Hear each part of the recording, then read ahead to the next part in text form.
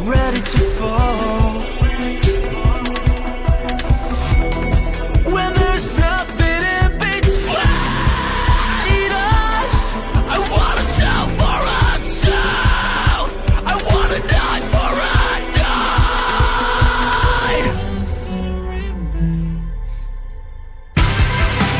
The sky will burn so bright for only you and I. I'll become your shadow. Your misery was mine. Tell me what it's like to be on the other side. I'll become shapeless. Now taste your own divine.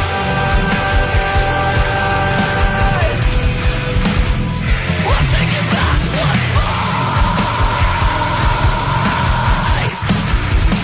And I for and I.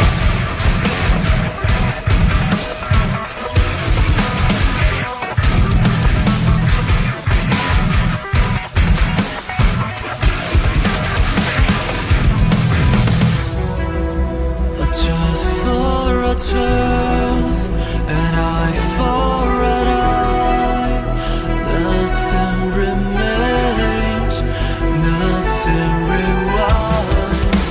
A tooth for a tooth, an eye for an eye.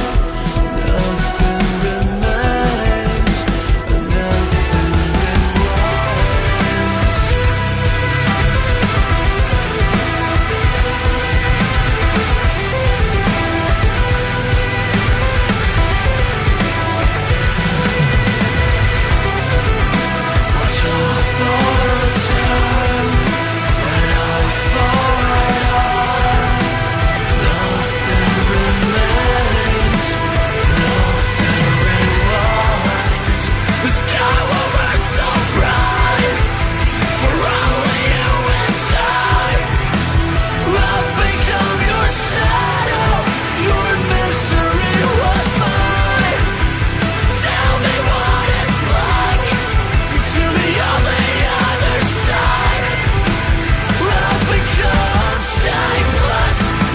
Taste your own divine.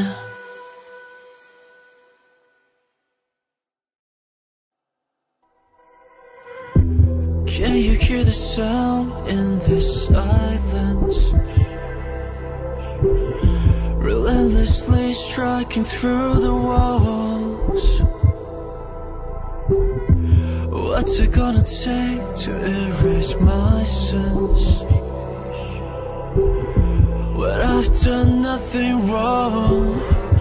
I've done nothing wrong at all. I've said it all before, but don't be surprised when you see me come alive. When there's nothing in between us, I wanna tell for a tell. I wanna die for a die.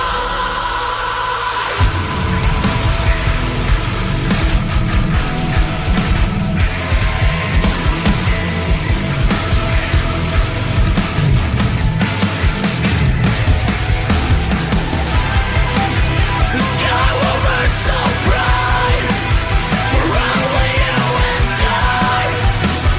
I'll become your shadow. Your misery was mine. Tell me what it's like to be on the other side. I'll become shapeless. Now taste your own divine. A sweet revenge, it takes me higher. Subconsciously, I'm ready to fall. When there's nothing in between us, I wanna tell for a tell. I wanna die for a die.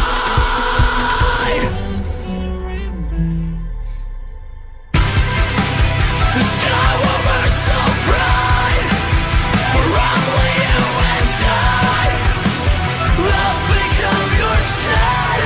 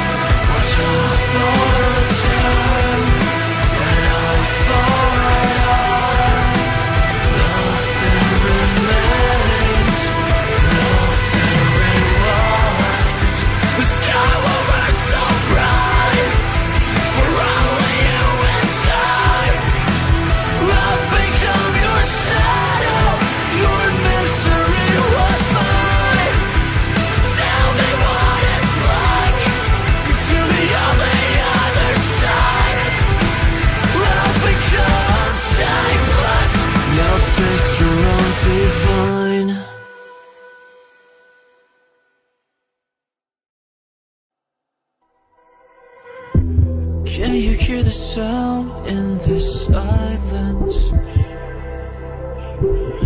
relentlessly striking through the walls. What's it gonna take to erase my sins, when I've done nothing wrong? I've done nothing wrong at all. I've said it all before, but don't be surprised when you see me come alive.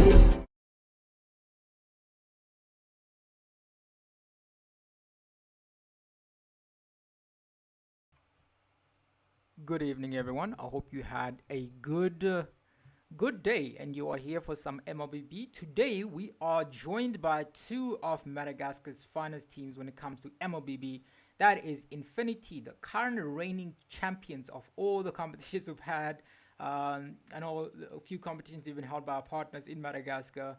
They're also winning those tournaments. Up against Deus Mastodonte, who ran through a pretty good start, who went undefeated up until the top 8 tournament. So they certainly going to have an interesting battle between these two teams. I wonder if the fans from Infinity are here. I wonder if the fans from Deus Mastodonte are here. Today, the tournament map that's been chosen, I believe, has been Cloud. Is that correct, Kai? Before we proceed. Alright, Infinity have chosen Clouds, and we're going to start an exciting battle of the Madagascans. First ban is going to be going to the side of Deus Mastodonte. So enemies, Infinity, along with the first pick. So Chung is going to start us off with the bans. So let me know if you guys can hear the sound today. Can you hear the sound from the game? If you can, let me know, and be good to go. So let me just double check. I think you guys are fine with that. But yeah, we're going to be jumping into the first ban of the game. That is going to be coming from the side of Chung. He's deciding what to go for when it comes to the bans. Infinity are obviously a team that has practiced and just they've been studying this. I see Jim is here back to support, and we see our member here, Marlon Abrams. I think that's just Leah. And hi Kay. Kay's here. Hopefully she's getting better. So yeah, we're all here, and Jim is here to support Deus Mastodonte.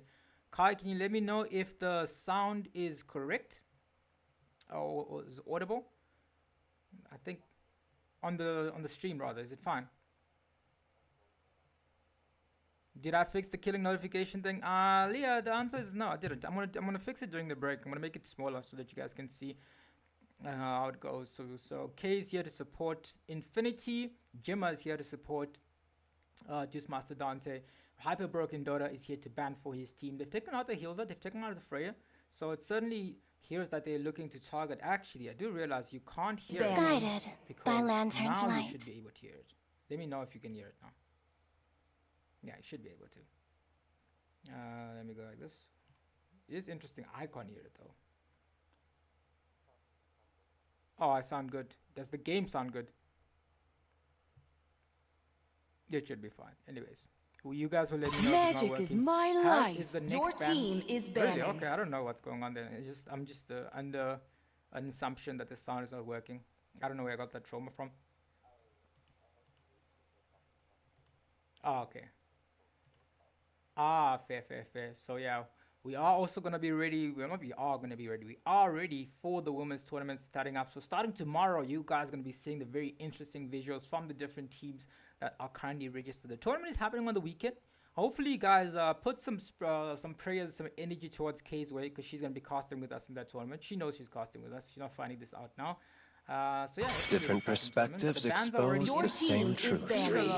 Picking very interesting bands. Masal is always an understandable band coming up from the side of. Welcome to the greatest mag show of all time. Your team is picking. The business comes with leaving a Harley open, and they're going to be moving on to the second phase of this, which is where the teams start picking their draft, their rotations, and they're going to decide what type of composition they want to go for in this match. In this first match that we have right now, Deus Mastodonte, obviously, when you look at the history behind these two teams, Infinity have a slight edge against them, but it's definitely not impossible for them to make a victory happen. So they will definitely be looking to make quote-unquote upset win. When you look at the votes right now, Infinity's fans are up and they are ready to support their teams. But the bans that are coming in here are already done. Infinity is taking their sweet time today. They decided. I am not the only one bound by team these is picking. chains. That Phobius. And looks like Deus Need will no go for that. Go protection straight for from the box here, rain. which I'm assuming is going to be paired up with something like either a Zetian, maybe either a carry that the side of Deus Mastodonte likes to go. Harriet has been taken out from the map here, so they can even go Freya. I was going to say Freya, but I'm seeing Freya is actually banned now. So there's quite a few options left, but the only hero that they're certain that they do really want to go for is definitely the game sound is nearly 100% louder than you. Okay, that's not something we want. That's not something we want. This land I is should our get the homeland, highest and it one. will is soon be picking. your burial ground. All right, guys. I reduced it, so hopefully that fixes it. You guys will let me know if it is working. Actually, I think I might have found the solution. Give me 1 second quickly. I'm doing my troubleshooting of the settings. I'm like I do the tech, the sound, the graphics. Well, I don't make the graphics. I just put them here. but I do make sure that it is all in line. Let me say the sound settings. Let me sort that out for you. But if you're looking at the bands right now, still interesting bands. Lapu Lapu comes in from the side of this team, and I think this should theoretically. There we go. Command Skyforce confirmed. Onyx Squad Rhino reporting in. I online. think I should have fixed everything now. I think I should have fixed the sound, and you guys should be able to hear everything perfectly fine. As I see the other side of Kem's team, he's gonna be the next one with the pick, but they pick up the grog from the side of Infinity, so that's something that's gonna be a lot more. Come on, aggressive. Dexter. Like It's a our Claude comes out showtime. from Is Reckless, banning. who I believe had a different name. Kai will deal with that. He's punishing all the teams that are changing their names over here. But yeah, Claude coming in from their team. Sans is going to be the one with the next ban right now. It still seems like the side of Infinity's opponents. I'm born with Your talent. team is banning. They're still deciding what they want to go for. They're not sure who they want to go ban out here. They were still deciding, because when you look at the draft right now, they haven't really shown their junglers. So there's still quite a few heroes open on the map. Chung likes to go for that Joy, he likes to go for that Suyu, he likes to go even for the Bucks here. So quite a few heroes that is left here, and then nearly 20. Okay, let me know now how the sound sounds, guys. Is the sound better, or is it worse? I'm seeing a lot of lower 10% more. Okay, let me see. Let me know if it's better now. It should be. Okay. You let me know. Muscle of iron. Okay, I can also Your use team this. is music. banning. 1, 2, 3, 4, 5, 6, 7, 8, 9. I realized that a microphone is so powerful that I needed to lower down. Anyways, we are back, and it should sound much clearer right now. As we see Kems with the next ban for his team. Kems is still deciding what to go for here. Deus Mastodonte does have a high probability of going for something that hasn't been picked before, but this side it's Chung. Because Chung's team, what they've been doing right now when they play this game is textbook. They pick the hero, they execute the draft, but the Joy was respect banned. So 3 jungle bans for the side, 4 if you want to count Harriet, but that's not a conventional ban that you think about here. Kay says the mic is better. Thank you, Kay, and I hope you. What's this? You told me about some drink that you have in Madagascar, a sweet drink. What is it called? You have that, and hopefully that helps you get better. Chung is going to be the one with the next ban.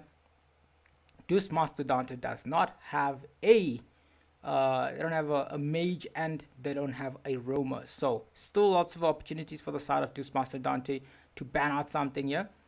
Well, maybe for the next game, but the glue has been taken out. They thought glue was going to be going in the roam position from the side of Infinity. That's the assumption that they have right now. Deus Mastodonte has the opportunity to pick up something that, again, Infinity side can't handle. But when you look at the way that this draft is going right now, they are carefully hiding the heroes that they want to go for here. They don't want to show exactly how it's going to go, or what type of gameplay they want to go for. They want to hide those things up until the point where it might be a bit too late to go for that. And the Your next pick team is is coming in picking. from the side of Deus Mastodonte. That is a farsa from Suns. How is it going to go? Let's find out. As again, remember guys, best of 2. Oh, Bonbon Inglais. Yeah, Yeah. You have that, and then hopefully that hopefully it helps with health and doesn't lower it. But I'm assuming it does. Something sweet always helps.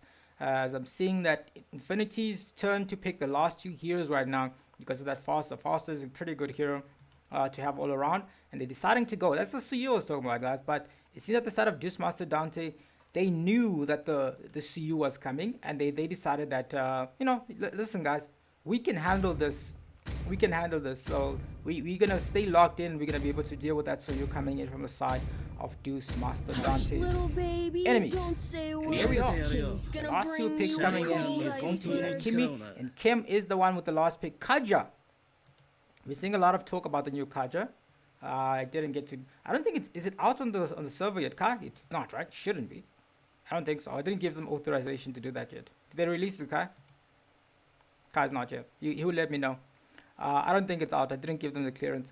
And for legal reasons, that's a joke, guys. Don't clip this. Send it to Vincent. Anyways, guys, Kim's comes in with the next pick for his team. It's going to be the Kaja. And that is locked in from their team. So they want to bring it up. Both teams are excited. Both teams are ready. We're looking at the votes right now. Infinity are leading the vote. 62% of you guys think that Infinity is going to win. Let's find out whether or not they can live up to the expectations from you guys as we move into this best of 2 series. Infinity versus Gascon Esports.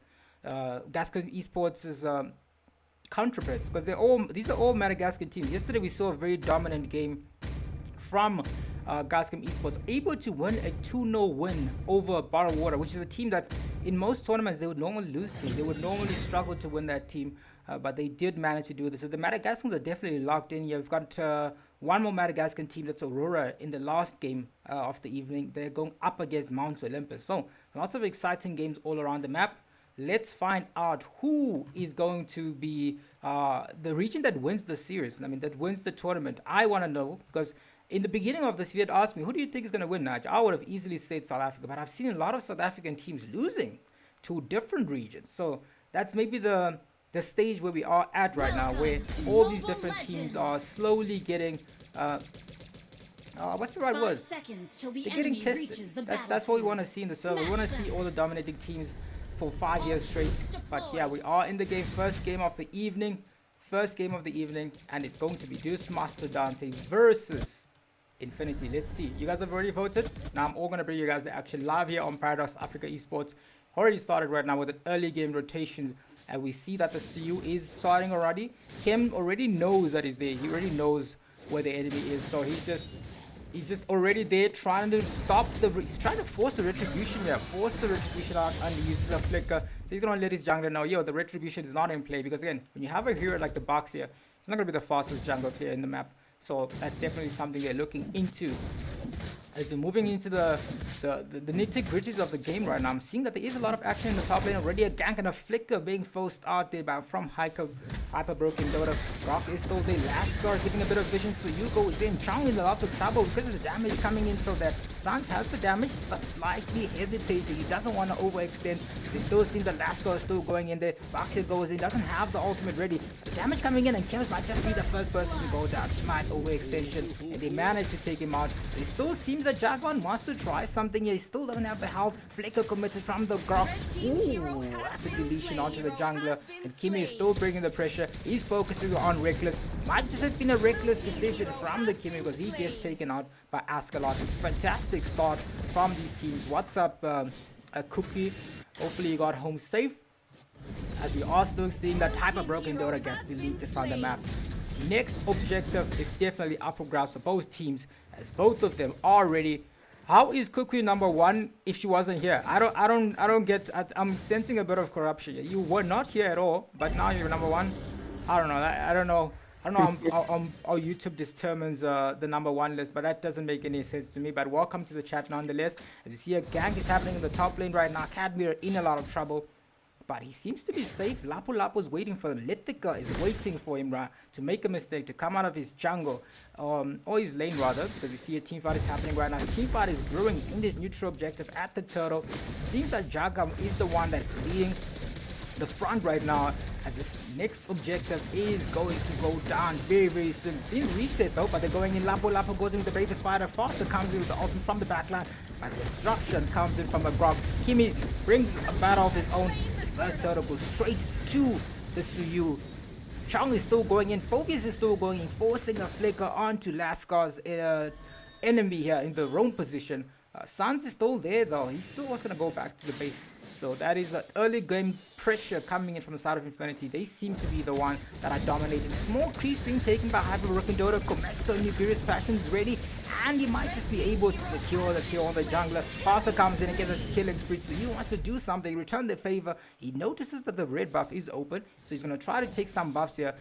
Meanwhile, in the bottom lane, I'm seeing a Lapu Lapu versus Phobius 1v1 battle. Who wins this is what we're gonna find out in the next few seconds. We're gonna out heal each other as the Lapu Lapu in the early game exchange.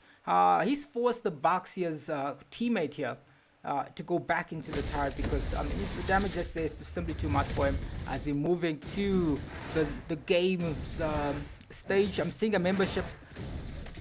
Leah has, you know what's funny? Leah should have gotten the mod account on her main card because we're going to have double the aura, but Retribution comes out from the box here as they see who gets the buff here. The Kaja actually got the buff for his team. So, I mean, it's better than nothing when you look at the battle of the trades there. As we look at both teams are still trying to stabilize this game, but it's going much better for the side of Infinity, who are still dealing the damage. Kimi is there in the mid lane, tries to deal some more damage onto Litika. In the bottom lane, though, Phobius is being left to try and put up the pressure, so the call has been made for Jagam to try and clear out the lane so that Lapu Lapu can have a lot more pressure on the map. Good game for the side of Infinity so far. Up until that moment where the Boxer took the smoke creep away from them. As you see, another fight is happening. Chong is there, Jagam is there, forcing him to retreat in that exchange because the next objective again is next. It's already gonna spawn right now. Seems like the side of Infinity are going to be able to take this, but it's not going to be uncontested because the side of Deus Mastodonte already, they want to try and make this a dirty fight. Also, another fun fact, Infinity chose this group. They chose to face Deus Mastodonte because they were confident they were going to take them down. Flicker being committed by Kims, another Flicker being committed by the Kimi. They're still chasing this. They're trying to get something out of this exchange. Oh, look at the damage coming in there from the damage from Foster in the back. Oh, Lapu, the bravest fighter into the backline. Grok in a lot of trouble. He's trying to make it out of this exchange alive. He's going to be out of that, but the Phobius is jumping up and down, and they managed to take out another kill on the Grok. So Grok not having a greater start right now. The Boxer was very early.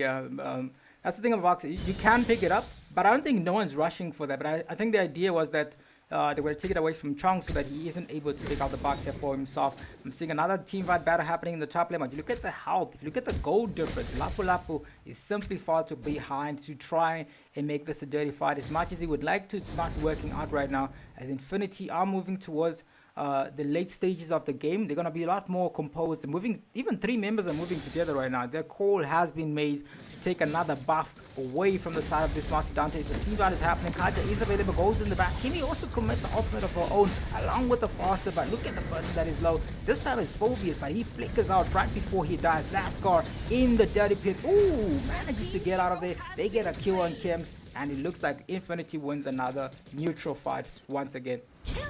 Oh, in the top lane, what a 1v1 battle. Beatrix comes out with the shotguns Reckless out of the map right now, so he's going to be chilling in the base for 10 more seconds. I'm seeing another team fight is happening right now. Not a team fight, a solo fight right now. Now it's a team fight as Chong comes into the team fight, tries to go in. Bravest fighter comes out from the Lapu Lapu, but now they are outnumbered. 4 members from the side of Infinity came here for the rescue, and they get 1 kill. They're going to be able to secure another kill on that Grok. Fantastic early game for the side of Infinity. Look how low the Phobius is, and they are still bringing in the heat. The heat comes on to Ascala. That's a shutdown kill, and they get another kill on the mage of Deus Mastodonte. It looks like Beatrix is he's keeping this Reckless on the map. He's keeping him on his toes, man. He's forcing him to stay and make this early game rotations to try and get some more farm, because the top lane is being frozen, so he's unable to farm up as much as he would like to, as the damage still comes up from Chong, along with the ultimate coming in from the Beatrix. Oh, Retribution already committed. Grok goes into the backline. He does have a Tectonic Charge already, but Baxia also comes out with the anti-heal from that damage. But let's find out. He's a Madagascar. Let me see. Who's half French, half Madagascar? I don't know. Let's find out. Oh, Retribution comes out from the box. Raven's Fighter is onto 4 people, but again, guys, no damage available for the side of this Mastodonte. They might be able to get something of this. Ooh, Tectonic Charge comes out. It's a double kill for the Kimi, as the side of Infinity are simply moving like a well-oiled machine, and they're able to take the 3rd objective uncontested. They don't even want to go for the Lord right now. They just want to go for more farm on that turtle. Blue team has slain the turtle. Okay, let me catch up with the chat right now, because this game is...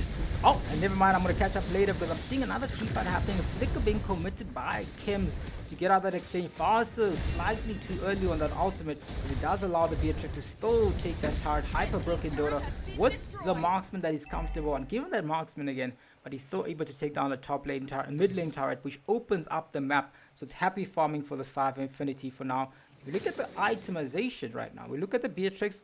He's already got the Malefic gun, so he's going to be a lot... he's got a lot of range on his side. Same thing with the Sky Pierces that's already on the Kimi right now. So Kimi is going to be the one that... He's been stacking up those kills. If you look at the Sky Pierces stacks, it's on 20 right now. So 2 kills very much went into the good side. But ooh, they're still trying to fight here in the mid lane. Bottom lane, turret is still available, but they take out a jungler. 06 is Jagam, not having a good time, as I've mentioned. So he goes in. They want to take out the next person right now. It's going to be Lithica versus 3 people. And though they flick into the backline, ooh, mega kill comes out from the side of Chong. And it might just be a double kill, because Kimi's... Oh, Kimi, mega kill for the Kimi. To get Bia and Beatrix, yeah, they're very comfortable on the Beatrix, and also very comfortable on the Kimi. 6 kills for the Kimi. I believe that's 1 more stack for him, so he's got 30 stacks on that Sky PS right now. Foster's trying to do some damage from the backline, cancels it. He's only level 9 right now. Deus Mastodonte is trying to respond to the pressure, the relentless pressure coming into the side of Deus Mastodonte. That's an unstoppable coming in from Infinity. Chong is also, he hasn't died a single time right now. He's just simply stone rolling. We knew the hero was coming. This is how the side of Deus Mastodonte wanted to respond to this. Right now it's not looking good. The gold is slowly getting to 10,000. Look at the damage, forced to get out of that exchange. It's not going to be able to escape the clutches of Ascala to get another kill on Deus Mastodonte, but they're still engaging. They still got the pressure. Look at the damage onto Kims. The snipe, that would have been a perfect clip. It's not going to be the case though. Jalgan is at that stage where he's not able to farm up his own creeps, man. He's forced to retreat. He saw his buff was open, but he's just at that stage where the damage is simply too much that he can't even go for his buff. He's still using his ultimate here. It's going to be most of a disengaged tool, because the team is already set on this Lord. They're already taking it down, but in the meantime, they get the objective and they manage to zone them out. Kimi already used her ultimate, but he doesn't really need it, man. The cooldown on that thing is like, what, 15 seconds, 10 seconds in the late game. So it's not too worried about that. It's more of an engage too. In the meantime, Bakshi is using this time to try and farm up around the map, because he's so far behind. When you look at the way things are going in this game, it is time for the side of Deus Mastodonte to step it up and try to get something. Bakshi is trying to fly out of here. He's trying to get some farm. He's at the blue buff, which is exactly what you want to be doing if your team is behind. You want to try and farm up around the map. But in the meantime, it is an opportunity for the side of Infinity to try and end this game. Bakshi needs to make sure he doesn't overstay his welcome in that area, because okay, there he's recalling, he's going back. He's already got someone here. Oh, that's a shutdown kill onto Hyper Broken Dota. Askeladd is gonna be the next person that possibly might be the target for the side of Infinity right now, as the Lord is truly trying to push in here. They're going into the base, trying to push some pressure onto the side of Deus Mastodonte, forcing them to make a mistake.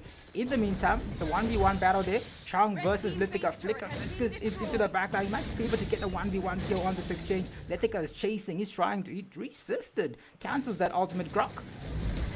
Tectonic Charge comes out, but Bakshi is there, anti-healing everything, and the same thing goes for the Claude. He gets a shutdown kill onto that. There might be another kill for Cadmia, so 2 kills for the side of Deus Mastodonte. They are not out of this game. They still want to make this a game, an epic comeback. If you saw a last game yesterday, right? If you saw a last game, Deus Mastodonte's Gazcom Esports were just as behind like this, but they were able to make a successful comeback happen because of that carry. But this time around it's a Claude. So Claude also, if you look at the stats, it's only 3 times, It's not too hectic to make a comeback when you think about it. It still seems that the pressure is coming out from the side of Infinity to protect that lane as much as they could, but he goes down. Boxer goes to the backline. Ooh, Beatrix is slow, gets taken out of her exchange. Look at the damage coming onto last got tectonic charge and they get a kill. Ooh, look at the very wonderful blazing duet by Kimi, brings them all together, tries to take them down. Lapu Lapu is going to be running away from the Phobias, who's still jumping. Look at the damage coming from the Phobias, man. Got two members forcing a flicker. The damage is simply too much. The CC is simply too much. He gets another kill for their team. 40 seconds towards the next objective. Infinity have they've brought some stabilization back to the game. It looked like there was a glimmer of hope for the side of Deus Mastodonte, but Phobias is a problem right now. It's definitely a problem for their team.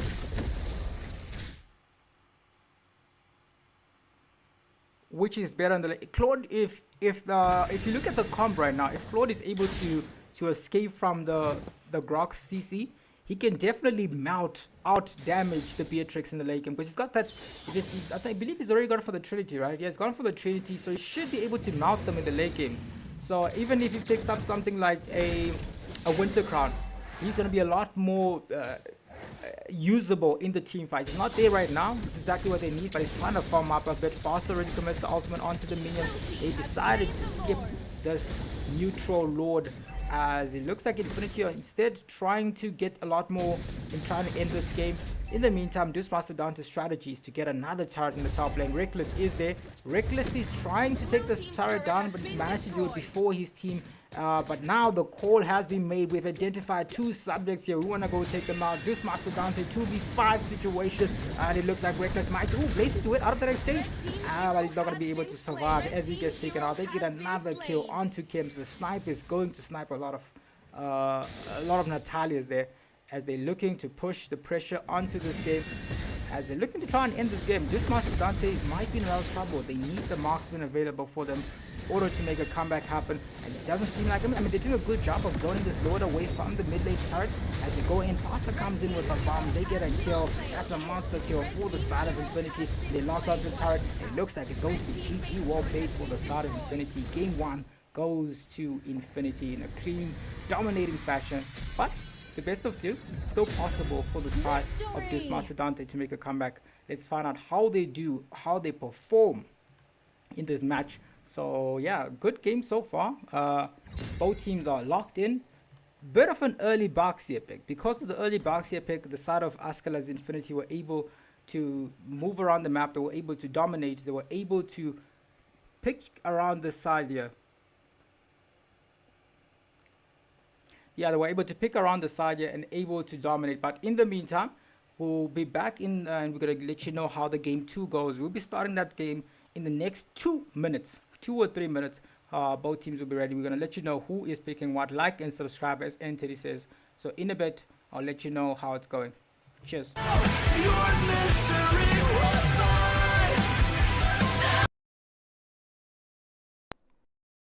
Working. I mean, they picked up the Freya, and the Freya is busy abusing the gold laner, the Granger there. But the Granger is the captain, and he chose to continue with the game even though the Freya was banned. But let's see how it is right now. They've still got a few minutes to recover from this. They've got a mid to late game comp on their side. I do like what Granger's doing here. He is freezing the lane. And remember, people, early game Granger is going to struggle against a Freya. What matters is that mid to late game power spike that we know Granger will have. Certainly. I'm very surprised that Brute Game is still level 3 here. So and there it Granger's is. I know goes for the Sky Piercer. The Freya coming in, but she should be careful. Oh, they Marcel first. How you use this now. Oh, but double freeze though. Double freeze. But that is a double freeze, but that was a bit of a mess up there. Look at this Chunga's damage, dude. The Grog does get on the Chunga. Chunga's trying to escape, but she cannot. We do see Marcel falling down here. It's a full-on ensemble of fights here. The Lapu, huge ult commit there. Flickering into the Sylvana. It's a full mayhem. The Yuzong coming down here as well. It's 4v1 for the Yuzong. Can Yuzong survive? Doesn't seem like it. It is gonna be. That is a huge fight for the side of Dozen Dimes. The game has turned on its head immediately. Definitely, and both XP laners choosing to go right up there to the team fight and help their team there. So, interesting decision though from the side of Dozen Dimes. Double Sky Piercer from the Changa and the Granger in the early game right here. Yeah. But wow, dude, look at that. Both the EXP leaders rotating that early on. I did not expect that. Welcome back, everyone. The game is back. Deus Mastodonte are going to have first pick in this game, I believe. And they're also going to have Broken Walls as their map that they've chosen. So we're going to be starting in this... Oh, wait. I'm seeing clouds. Is it Broken Walls or clouds here? It's Broken Walls. Broken Walls, Broken Walls. All Good right. evening, everyone. Clouds was Infinity last match. All right. I'm going to start now. So Kai and Megamind are going to take us through the draft. See you guys all in a bit. All right. Good evening, folks. Once again, it is your boy Megamind. I am back. Here for some action this particular Tuesday evening. And yes, we do have Deus Mastodonte currently sitting on the left side. With Infinity, who won the previous match, currently sitting on the right side. And yeah, we are getting into the ban phase for the second match. Let's see who Deus Mastodonte with the first ban. What do you think they are going to ban out? Hilda, never mind. I asked what they ban. It's Hilda. Hilda definitely one of the more meta roamers, meta tank roamers right now. And then on the side of Infinity, their first ban. Yeah. So far, it is a Hilda that we saw being banned by the side of Deus Mastodonte. I do believe that is a reasonable ban, seeing as though Deus Mastodonte had a slower early game last year. They might be trying to go with the same approach, though I would advise that they sort of pick something a lot more aggressive. Welcome to the greatest mag show of all time. Your team is banning. And a Harley. Harley's definitely been dominating the jungle lately, even after he got that little nerf to his ult. He's still pretty meta. That nerf barely made a difference to him. I do think that they might have banned the Hilda out because they plan on going for more of an assassin jungler this game. An assassin jungler. That would be interesting. But yeah, we did see the Marcel being banned by the side of Infinity right there, and we should see the second ban coming out. Obviously, Marcel, very broken hero right there, has a crazy amount of CC, and we do see Freya actually being banned as well. Interesting.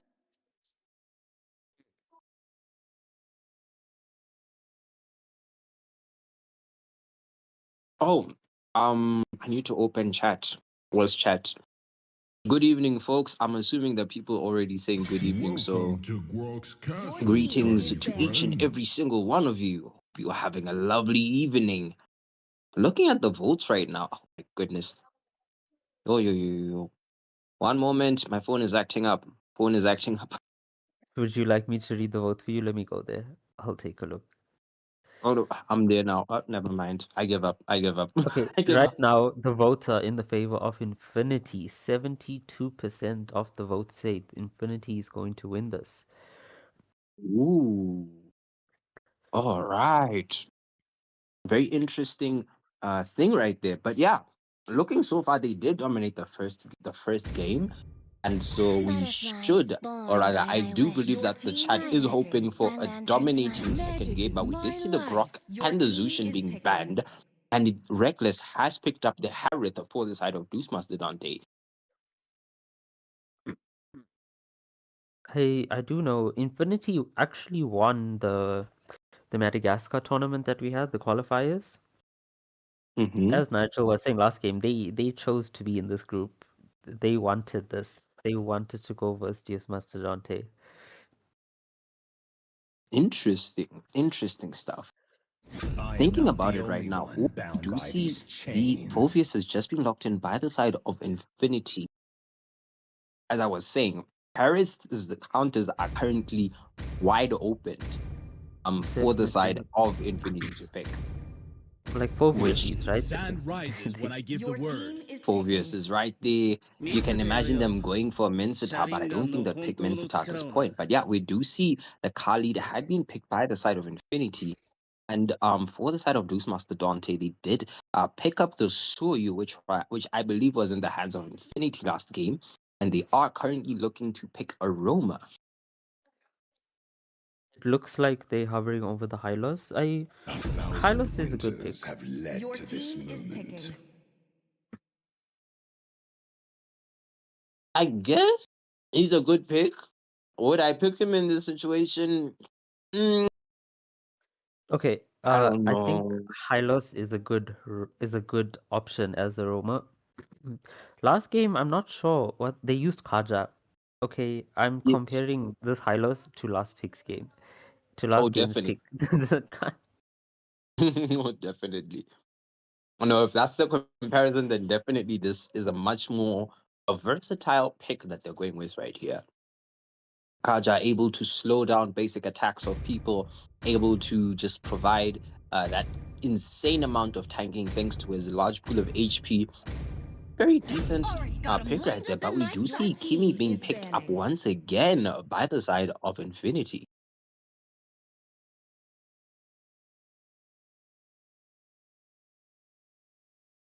I think that is quite an interesting thing that they're doing right there. Letting the Kimi go once again into the hands of Infinity after she had such a dominating performance.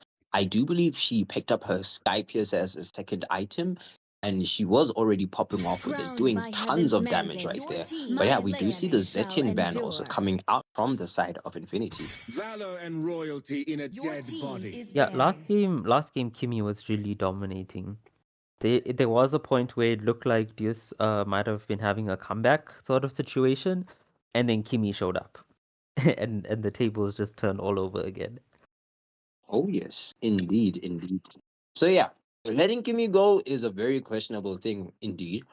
But yeah, we do see Leo Mod was banned by the side of Deus Mastodonte, and I do believe the side Among the of planes Infinity. exists Oh, Your they went team ahead is and banned banning. the Eve, which I a was made mage. It looks like for. they're working on banning the mages since a mage has not I've been been picked as of waiting for Your yet. too team long. is Deus picking. Mastodonte has also banned the carry as well. So that is one less marksman who can shred the tanks out of the hands of Infinity. Definitely, it looks like okay. It looks like Deus is thinking, not Deus, Infinity is looking at which they want to pick up. What do you think they should go for in this situation? It's a bit difficult to decide. I would still go with the Claude. Yeah. I'm born Oh, Your with team they is did talent. swap out picking. their jungler or swap in their jungler, Guinevere. My kiss will Interesting. grant immortality But I Oh, do Deus agree with Your you. team is Mastodonte. Lucky. picking. death. Locking in the Alice and the Xavier immediately, and we do see them actually showing the Claude at the Beatrix. It seems they're flexing through marksman right now. I do think Beatrix was kind of good in the previous game. Would she be great Beatrix here? Mm, Beatrix did do really well. I'm not sure how well Beatrix would play into that comp, but I think Claude is the better option. Indeed, indeed. I think I'm looking at the fact that the side of Deus Mastodonte doesn't have any response in terms of knock to cancel Claude's ultimate, unless Come on, Dexter. It's Alice's our alt counts as a showtime. knock up. It's not a knock up, is it? It's not a knock-up. It's not a knock up. So the Claude has been locked in indeed by a hyper broken Dota, and so Deus Mastodonte has to get an answer uh, to win this particular match in order to equalize it, or the side of Infinity will continue with their Infinity streak. Help us find out, Evan, as we walk into the second game of this particular match. I think this is going to be an exciting game. Last game, last game was pretty one-sided, I think. It It was was it. definitely pretty one-sided. Picking out that Mhm. Baxia was not the best idea. Very true, very true. I still do think that Infinity has quite a bit of an advantage right here because I'm imagining a jump and a violent requiem in combination with a blazing duet just being used together. That sounds insane, to be honest. Also, It can Welcome make an yeah, to entire Mobile Legends. definitely. Also, I'm thinking just having the Phobius there in team fights 5 seconds till the enemy is reaches the going to disrupt battlefield. Deus Mastodonte Smash a lot. them. You know, because you're having a All Suyu troops deployed. and what Suyu and a Harith there. Not just that, but also their mage. Xavier's a mage with really low mobility, I think having a Phobius in those Mhm. team fights, if he plays his cards right, he can change everything. Very much. We actually do see that the Phobius is on Flicker, so he will be quite aggressive with those Flicker plays. But yeah, there was a bit of a early exchange right there. I guess it's just exchanging blows as a greeting. Hylos was forced to use the Revitalize, but otherwise, this it seems like the side of Infinity is going for an invade. I not just them. The side of Deus is replying with the invade on their own side. It does seem like that indeed. The side of Infinity has gotten the buff. It does seem like Guinevere will continue jungling, so there will be no response from the side of Deus Mastodonte, which makes it pretty much equal. However, there's a bit of engage, so you are taking a bit of damage right there. And Ricky does actually go into the hands of Infinity. So it means that a lot of that got onto the Guinevere and she goes down. First blood, a beautiful kill secured by the Hylos. Definitely. I do think the teams are pretty even right now. You know, they've had their back and forths, but I think it's still gone the same. It's been pretty equal. Ooh, we do see Hylos picking up another skill right there. I do believe that was a kill steal from Suns, however. Ali going down to the Hylos, and we do see Valiant Requiem committed onto the Atlas. She goes down. That is the first kill for the Guinevere into the hands of Infinity. The first turtle is up. I do think that Infinity has the map advantage in this situation, with Khalid zoning everyone out right there. I think this might be an uncontested turtle. Does seem like that so far. We just saw Alice getting her 4th level right now. She is using her ultimate, however, just only hits the Khalid. We do see Phobius doing a bit of... And yeah, I think that's about it for now. All teams seem to just be going back to the usual route, the usual thing of farming at this point in time.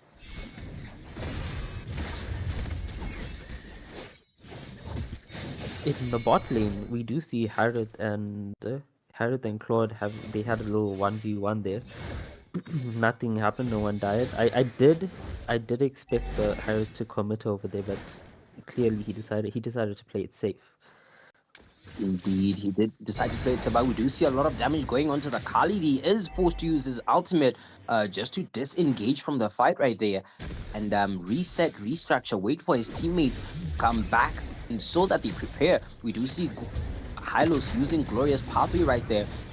Kimi using her ultimate not to catch the Hylos, unfortunately. We do see 4 members of Infinity are there. It does not seem like there will be any fight at this point in time. However, things can very much change. We do see an engage on the Khalid right now. Khalid at a half health. Oh, a jump onto the Hylo.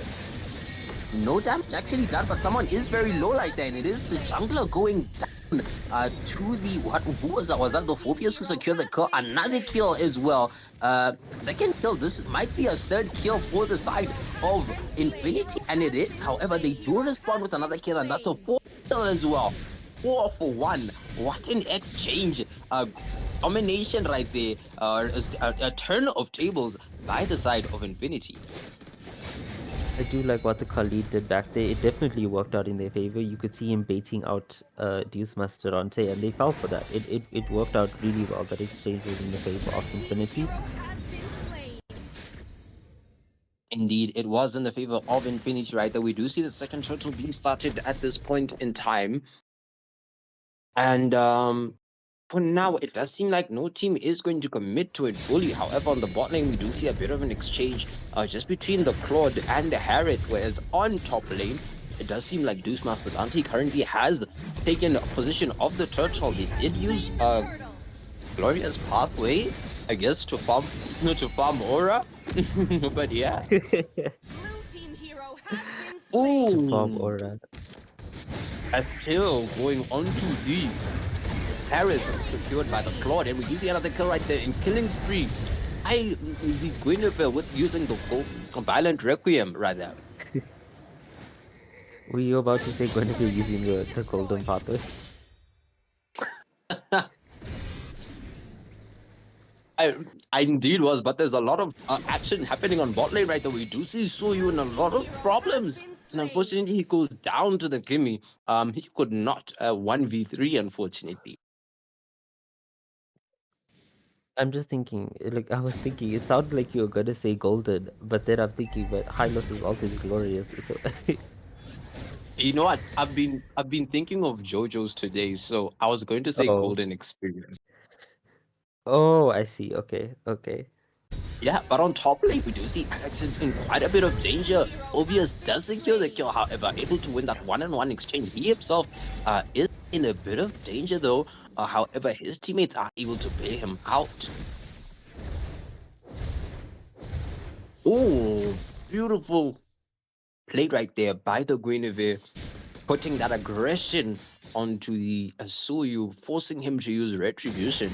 Oh, they both used Retribution rather, but a lot of damage went onto the Suyu. Blazing to Wet took place right there. However, it did not do anything.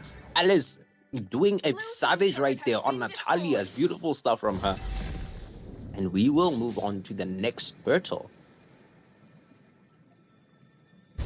I'd say, you know, with the side of Infinity, they are keeping up that pressure. They are not letting Suyu get a break. Suyu has not been able to farm, well, almost anything peacefully this entire game. That is very true indeed. Suyu does need to farm quite a bit if he has to catch up and actually do quite a bit of damage. Right now, we do see that Guinevere is leading in levels, and even as she secures this turtle, she will be getting an extra level ahead of the Suyu right now. So again, it is 2 levels, or rather 11 to 19. But whilst we're talking about that, we do see an engage going on to the Suyu. I believe not the Suyu. Yes, the Suyu is in a bit of danger, and he does go down to the Claude. Killing spree. Beautiful stuff.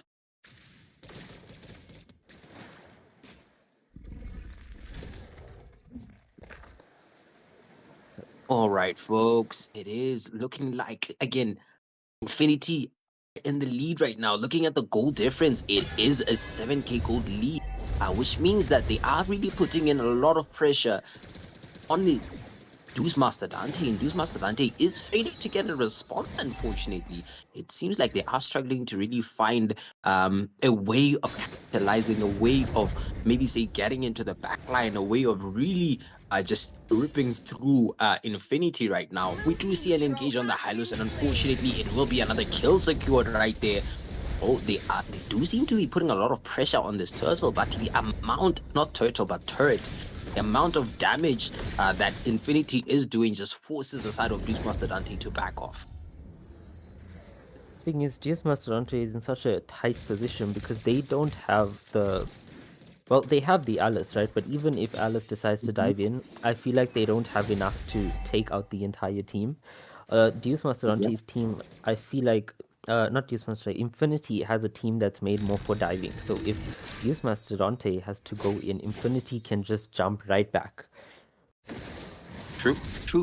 Oh, you're jumping us. We're gonna reverse jump you. You know, if it's basically Jujutsu Kaisen all over. If you know Jujutsu Kaisen, the jumpings that take place there.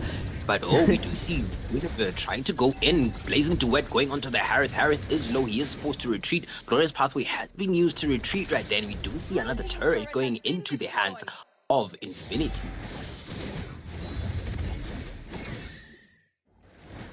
Man. Beautiful stuff coming out from the side of Infinity at this point in time. You just love to see the way they move so cleanly around the map, the way they are able to maintain pressure on all lanes. Beautiful. It's really, it's beautiful how they're able to do this right there. I agree. You can really see the synergy between all of them. And the communication is there. The team fights, everyone knows where to be and what to do. Very true, very true. We did see Suyu just get taken down on the bot lane right there. I'm not really sure if he was planning on going for Lord Steel, but definitely it did not work out. Suyu late game is very squishy. Does not work like that, but we do see Requiem being committed onto the Hylos. Alice engaging with her ultimate, unstoppable for the Claude right there. We do see a double kill as well, more damage going in. A triple kill for the Claude. Could this maniac? No, the Claude is down. It is a shutout kill for the Soyu. Beautiful stuff right there. We did see as well the Khalid going down. We do see a double kill. Soyu also picking up a kill on the Guinevere. He is able to escape, however, Phobius chases him right there. We do see another engage going on to the Alice. Alice is going to go down. Killing spree for the Kimi. Currently sitting at 20 stack. Oh, another kill as well. Coming out onto the, that was the Soyu right there. I guess he just went back to base and they took him back to the base thereafter. They're like, oh, you're back. Go back inside. However, we do see the Lord is about to crash on top lane right there. The mid lane is, was putting pressure there. However, it does seem like the side of Deus Mastodonte have been able to clear that Lord.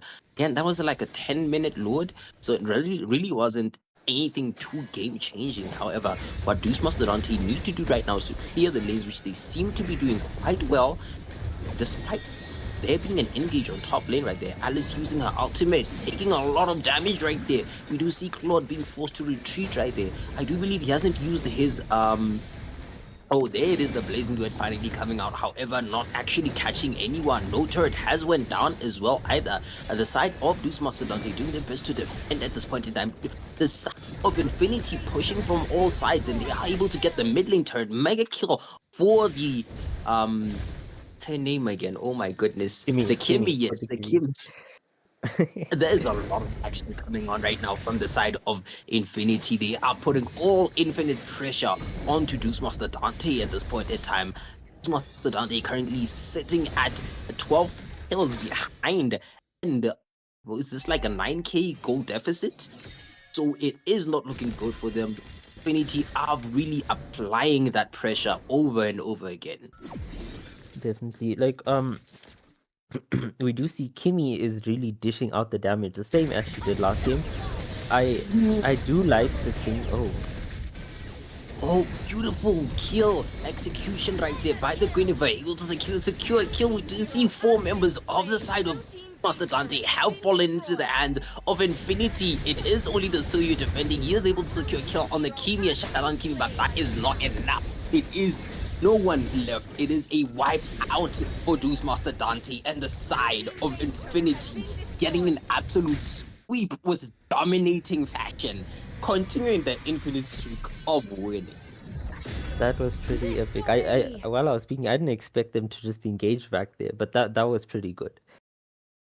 But I was trying to say I do like the thing that Infinity was doing, because they did the same thing last game. You know, they picked up the, I think, yeah, they picked up the Phobius and the Kimi, and even when it was just the two of them, they were winning team fights. Phobius would just disrupt the enemy while Kimi would just stand on one side and attack them. Very true. It was beautiful execution right there. Of a fight, right? I like you're saying, I did not expect that at all. I did not expect Guinevere to jump in and to just set that chain of events, but it was beautiful play by the side of Infinity. GG's as well to Deus Mastodonte as well for putting in effort against such a crazy team right there. But I do believe we should be moving on to the next match. It will be Evil Inc. versus what? I will check again right now just to be sure. Dozen Dimes. Okay. Evil Inc. Dozen versus Dimes. Dozen Dimes. Ooh, Evil Inc. versus Dozen Dimes. It's going to be a very interesting match right there. I do believe we are going to reset the lobby and just have the players come in. So sit back, relax, grab your bag of popcorn, and we will be in a minute or so.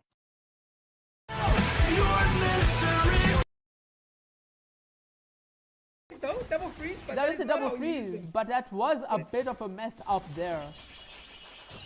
Look at this Chunga's damage, dude. The Grog does get on the Chunga. Chunga's trying to escape, but she cannot. We do see Muscle falling down here. It's a full-on ensemble of fights here. The Lapu, huge ult commit there. Flickering into the Sylvana. It's a full mayhem. The Yuzong coming down here as well. It's 4v1 for the Yuzong. Can Yuzong survive?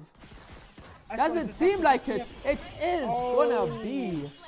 That is a huge fight for the side of Dozen Dimes. The game has turned on its head immediately.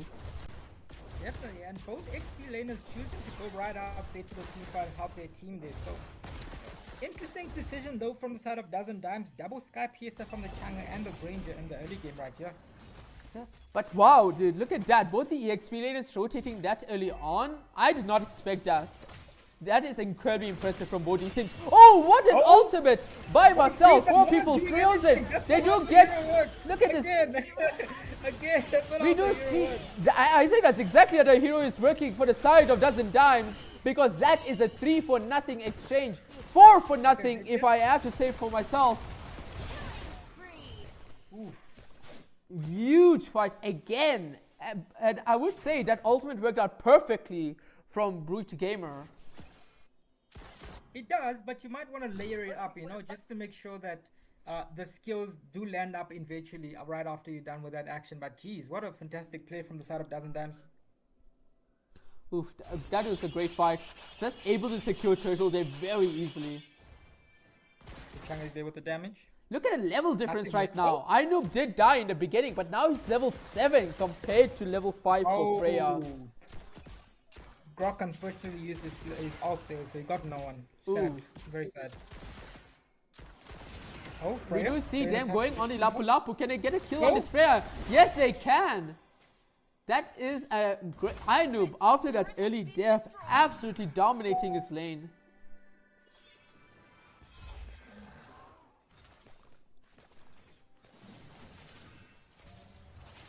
We do see the Marcel coming in. Okay, that was not how you use the ultimate. That's exactly how you use it. Oh, there we go. Unstoppable double kill. We do see the Granger's damage coming in here after that Sky Piercer. Triple kill. Are we going to see the first Maniac of the tournament? Yes, we are. Ainoob, what a Maniac. Freya is not AFK. He's just preventing the Savage. What a fantastic play from the Freya right there. What a fight. We do see 80 stacks already on the Granger's Sky Piercer, man. Red team turret has been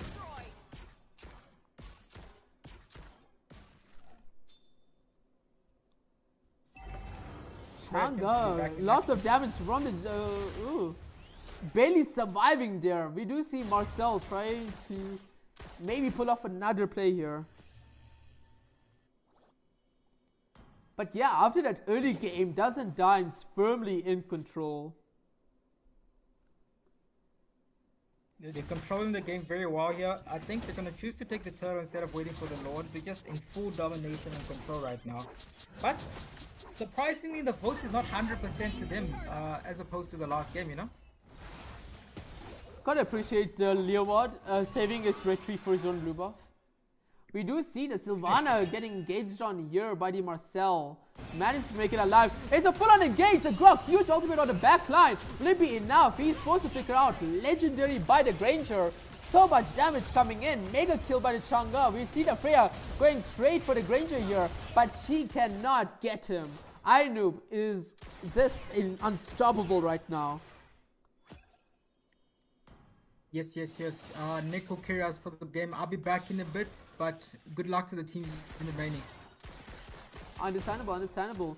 We do see the Chang'e committing the ultimate here. The Zektan just trying to bob and weave, but it won't be enough. She's supposed to flicker out of there because of the Marcel.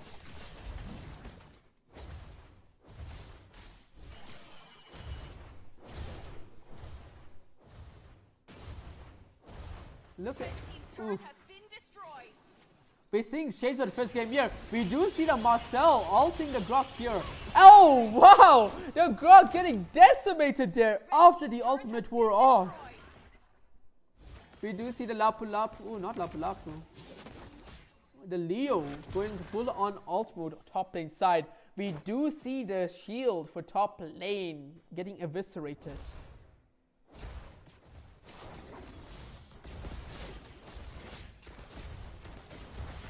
Sensible.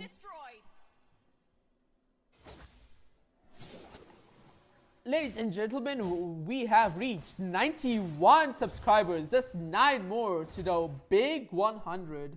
Thank you so much for liking and subscribing to the stream. We are seeing, oh, just a suffocating performance by Dozen Dimes here. Wait, oh wow, 3-man ult by Marcel there. We are seeing the Chang'e ultimate just in time. What is this? What a perfect ultimate. A perfect engage by Marcel and Chang'e. That is another triple kill. Is that a maniac? No, it is not, but it might be if they keep going for this. Yuzong is going in. But he does opt to just stay on the turret. That is going to be 2 inhibitors going to the side of Dozen Dimes. Base turret has been destroyed. Red team base turret has been destroyed. What a performance by this Marcel so far. We do see the Granger going in for a legendary kill. The Granger does get caught out there. That's a double kill. That's going to be a triple kill. And that's a Savage. No, that's not a Savage. That is 2 Maniacs in 1 game by Ainoob. Take a bow. Dichanga stealing out that Savage. And unless there's going to be a twist in this game, that is going to be game for Dozen Dimes. If they stop freezing themselves. Oh, what a game. What a performance by Marcel, by Granger, by the whole team of Dozen Dimes.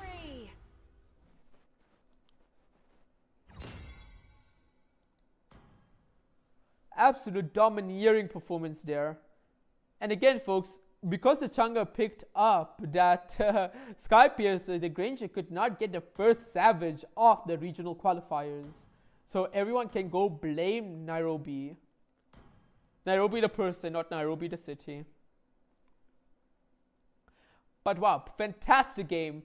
Like, if you ask me which team done better between Dozen Dimes and Tribe from last game, I'm gonna have a very difficult time choosing that.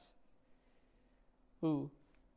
But again, folks, this is a round-robin tournament, so we will see the side of Dozen Dimes go against Tribe eventually in the tournament. But that is in the future. For now, we are going to be waiting for Tribe versus Crimson Knights. And until that game is set up, we will see you soon. So do not go anywhere. Can you hear the sound in the silence?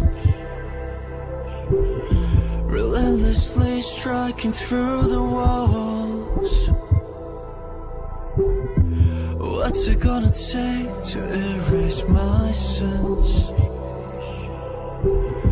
When I've done nothing wrong, I've done nothing wrong at all.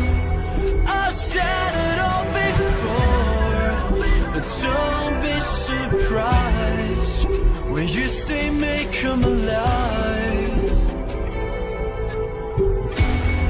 When there's nothing in between. I wanna tell for myself. I wanna die for a die.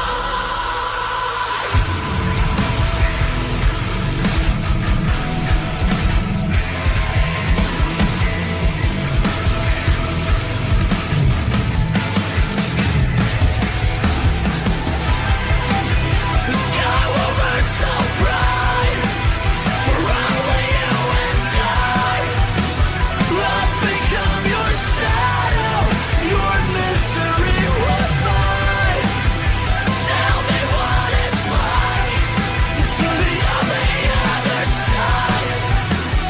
I've become sightless. Now taste your own divine. Sweet revenge, it takes me higher. Subconsciously, I'm ready to fall. When there's nothing in between us, I wanna tell for myself. I wanna die for a die.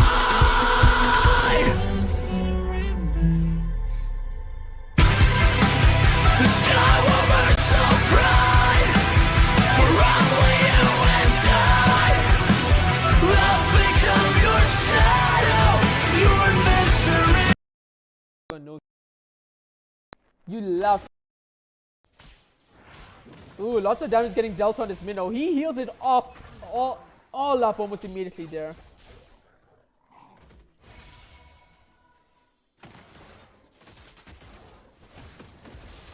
Oh, Sora flickers in. That's a huge ult by him. That's first ulting the background. And Minnow survives, flickers back to safety.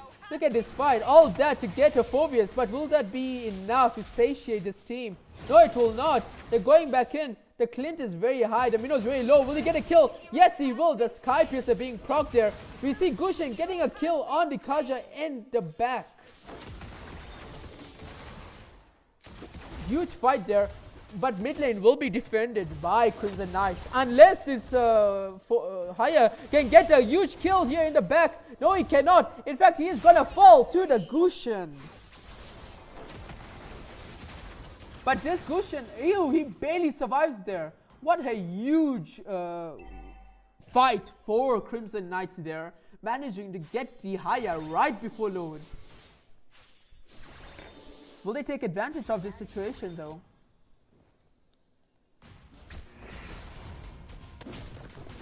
Foster damage being dealt on the backline here. Foster does ult. The Sora a bit low here. Foster, that is gonna be mega kill for the Gushin. We see them going back in. Huge damage getting dealt by the oh, look at this. The Gushin goes back in. We do see the Gushin does try to get a kill on the Clint, and he does get it. That's unstoppable. Haya ults into nothing there. That is another unstoppable for the Forza. And this should be the freest load to ever be for the side of Crimson Knights. We are getting to the stage of the game where the late game, mid game to late game power spike is hitting hard for Crimson Knights.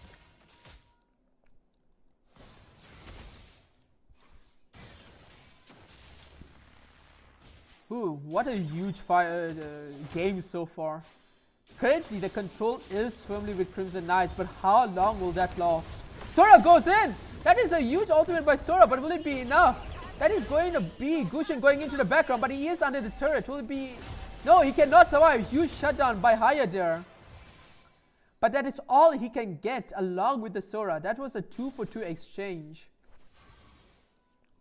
Blue team turret has been destroyed. And it does seem like the side of Crimson Knights are going to get to the mid lane turret. However, if I am a tribe right now, I'll take that any day of the week. Load is coming in and you got a 2-for-2 exchange. That is a positive when you are behind.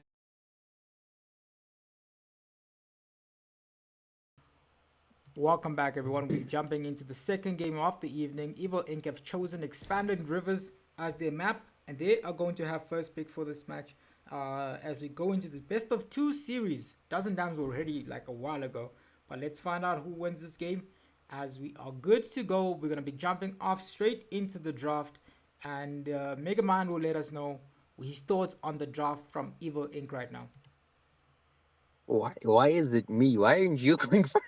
Because, I mean, okay, we will let you know our thoughts. Goblin Slayer with the first ban from coming in. Doesn't Dance coming off a 2-0 win over Crown Maki, which means that they are currently in a position to qualify if they can possibly get 1 point from this match and 1 point from the next match. So all they need to do is to win 2 more games and possibly advance. Let's find out, as Inu was the one with the next ban for his team. Oh yes, a dozen times did have quite a beautiful performance, like you said right there.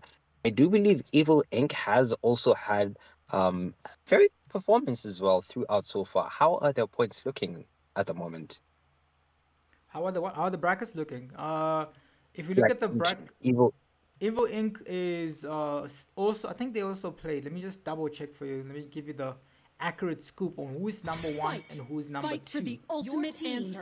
All right, whilst you're still looking for that, we do see the Hilda ban coming out from the side of Dozen Dimes right there.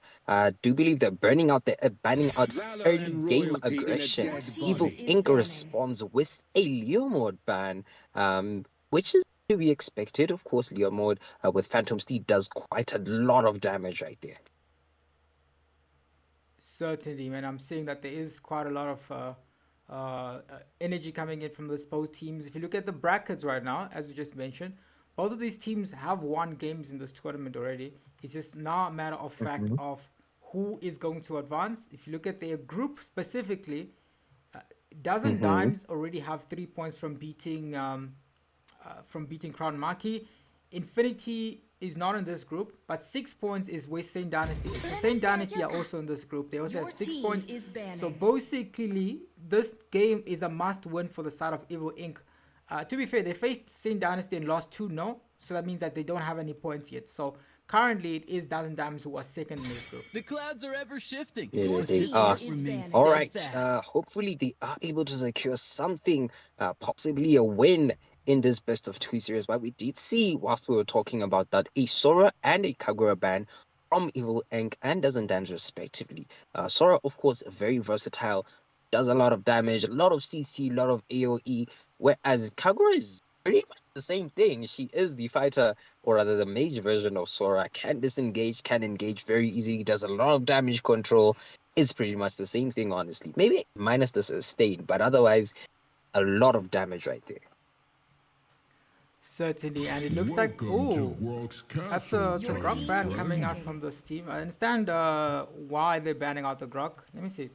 Because Grok is just, if you look at the way that this team plays, it makes sense, but it also makes sense for the Harley to come out. Leo mode is already banned out, so at least quite a few options are open, but not as great. Leo mode is okay. They might pick it up. It is something that Woken is comfortable on. But Harley was also something that they played in the last game and they were very dominant on. Indeed. Harley is quite the dominating hero. Like Kai mentioned earlier, we did see a bit of a nerf on his ultimate, but again, nothing significant whatsoever to remove him out of the meta. We are, however, Lunox being picked up by Nairobi. What? Okay, Nairobi. Nairobi, That is quite an interesting way of writing the word. And a British gamer walking in the Gatot. Very much. So Harith comes out from Doof. It looks like Doof is going to be going either mage. I think he's going to be going marksman into this game. Goblin Slayer with the next pick for his team. XP laner is the way. But I do like the rate at which Dozen Dimes are picking their heroes out. They're picking it with full confidence. Lock that Lunox very early, which means that they might be going for something tanky. That's the assumption that I'm making right now. I do very much agree with you right there. Something that can definitely allow the Lunox to thrive. We can see the side of Evil Inc. securing that Luo Yi. I don't believe we've seen a Luo Yi in quite a while. That yin-yang synergy is going to be interesting to see. Certainly, and I'm also interested to see what they pay up the Evil Inc. what they pay up the Louis with, especially since that they have a pickoff comp, they have a Harley for the pickoff, and Harley is just a slippery here to try and catch around the map. So it's just now Bellion is going to be the one that's selecting the hero for their team. Marsal is something that they're comfortable on, and it got taken out. So it's still quite a few heroes that is left for the side of Dozen Dimes in this situation. Inoop also hasn't shown up something. He likes to go for the Kimi Granger and all these type of heroes. So let's find out what Bellion goes. He's selecting now. 4 seconds left on the map. 3 seconds left on the map. 1 second on the map. I am not and he the locks only the one Phobius. bound Understandable by pick. these chains. He does lock in the Phobius again. Phobius does very well against a Harith right there. And against the Louis as well, who doesn't have mobility. That is quite a good pick. But we should be seeing the next ban phase where possibly the side of Evil Inc. is able to ban out some potential marksmen that could be used by the side of Dozen Dimes. Certainly, and it looks like the side of Inoop, he's deciding what to go for. He can go for a few heroes here to ban out because he's gonna be. He already knows that there's a mage. There's so much magic damage, and look at it. This is a good game for Radiant Armor and Athena Shield. Eh? So much magic damage so far already. As they ban out the blue, which would have been an overload of magic damage. It is better so I don't to think they would have picked that. Your team is banning. I If you don't think cannot they would have buff. picked that either, but we do see the Amon being banned by the side of Evil Inc., which I guess would make sense to a certain degree. I would not pick an Amon, though, when going against the team of Evil Inc. so far. Just looking at their 3 heroes, I would not pick an Amon. Certainly, it is a good time for them to maybe decide what they want to go for, because when you look at it right now, it's going to be difficult if they have if they pick up something that directly counters what's already on the map. And you could go for XP lane sort of I am the compositions power of ban light out incarnate. because Goblin Slayer hasn't picked up something, but they ban out the Kaja instead. So they're worried about getting picked up from that Harley Kaja combo. Interesting. What? Again, I do believe the side of Evil Inc. should go for a marksman. Going for jungler might not be the best of call, but they still double down, banning out the Hayabusa right there. It's interesting. Does Ainu play Hayabusa by any chance? No, it's actually Woken who's going jungle. I'm Oh, gonna be okay. honest. I've been with squad mates with him for 4 years. I've never seen him play higher. He does play it in classic and rank, so it's definitely not something that he would prioritize, and especially against this comp. But it is an understandable ban. Inub is gonna be going marksman, so he's gonna go for the Kimi, the Granger, those type of marksmen. Woken, he likes to go for the Martyrs. He likes to go for the X-Borg. He likes to go for the Fred, which I mean, it's as the game looks right now. I think he might be going that specific direction. But we're gonna find out. I'm not all knowing, all seeing. There's the ball. See there. See guys, I told you. Is picking. I read it like a book. Yeah, so the Hayabusa was something he wasn't gonna go. Yeah, it is the Hayabusa that has been picked up by the side of dozen times. With that last insanity going to do quite a chunk of damage. I mean, he will be able to tank the deadly magic and walk away from it. He will be able to just do a good amount of plays right there, more especially for a backline without a good amount of mobility. Looking at the Luoyu, who really can't escape. It is going to be quite detrimental for her once she gets engaged into that last insanity. But for the side of Evil Inc., we do see they are hovering over the Khalid and the Terizla. They have secured the Terizla, and they are currently making up their minds whether to go for the Khalid or not. Sand rises when I give the Your word. team is picking. Certainly, and I'm seeing that Enoob is going to be the last person with the pick for his team. Quite a few heroes that are open and available for the picking. We're going to find out how they respond to this. Alrighty, 35 seconds on the map. What will Ainoob pick as a marksman in response to the composition of Evil Inc? So far, I do believe Evil Inc did actually come up with a decent composition I am the in sovereign terms of the of abyss, front the to back. slayer of It is gods. quite decent. Looking at the Terizla and the Kaja, who'll be able to create those plays. But again, if for example the Kaja is out, and maybe let's say the Kaja is out, the line of Evil Inc. is forced to disengage quite a lot. They themselves can't be as aggressive. As for example, looking at the side of dozen times, that jungler can be very aggressive, more specifically to the late game. The not Luo Yi, but what's her name again? The Lunox can be very aggressive as well throughout the game. Just a ton of damage coming on from the side of dozen times right there. So I'm interested in seeing how exactly will Evil Inc. Go around in terms of strategizing and executing their plan against a dozen times. Certainly. But yeah, folks. Yeah, I agree Oh with you. yeah, I agree. Yeah? yeah. Go ahead. No. I was just dealing with something offline. Yeah, good game for the both teams. Let's find out who takes this victory in this best of two Welcome to series. Mobile Evil Inc. Legends. are gonna be looking to get a win on the board because they are the 5 team that seconds till the doesn't enemy have a reaches win the so far battlefield. in this Smash tournament. them. Dozen times looking to extend the All victory and troops possibly deployed. be the second team to qualify from this group because only 2 teams are gonna be qualifying from each group, but they're starting off with a blue buff. Indeed. We do see the side of dozen times have started with a red buff right there. And in the mid area, it does seem like dozen times did not have the advantage of the turret, no, not the turret, but the bush right there. However, a bit of engages going on there. We might see a yin-yang reaction there coming out. A lot of damage onto the Lu Yi in the early. That might be a reaction if Gatot got close by, but he attention to the marks on them and decided not to get close to the Lu Yi.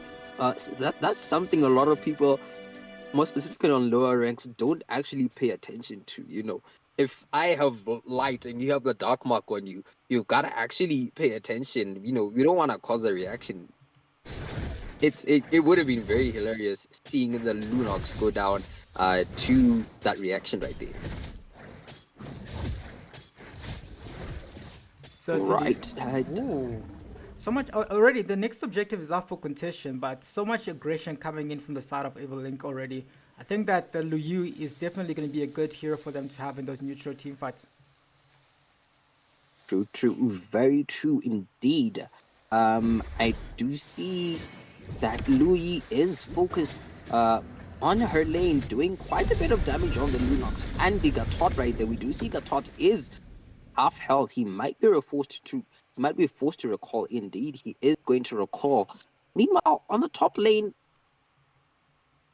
seems to be taking place. We do see the jungler just going toward the bot lane where the turtle should be spawning in a second. However, it does seem like Harith and the Terizla have already started the turtle. The Kali providing very good zoning for Evil Inc. and they will secure the turtle uncontested. Certainly uncontested indeed, and it looks like they are going to be. This is the wave of momentum that they need right now. As I see that there's already an engagement coming in onto the Gato. Borg has got someone in his clutch, but forced to disengage. Revitalize comes out from the side of Root Gamer.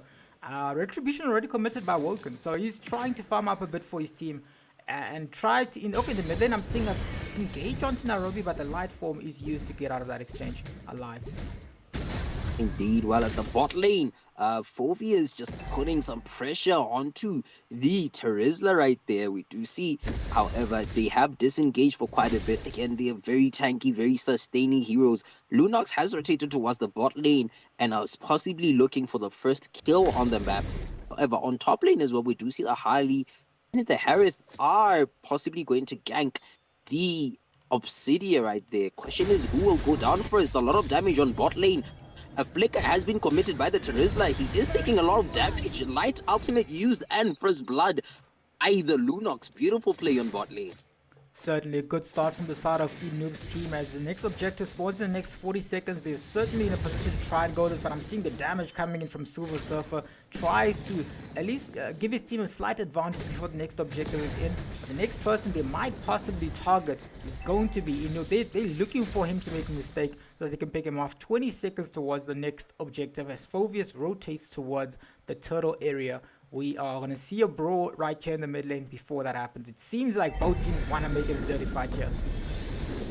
Indeed, we do see Gatot using his ultimate, not catching anyone.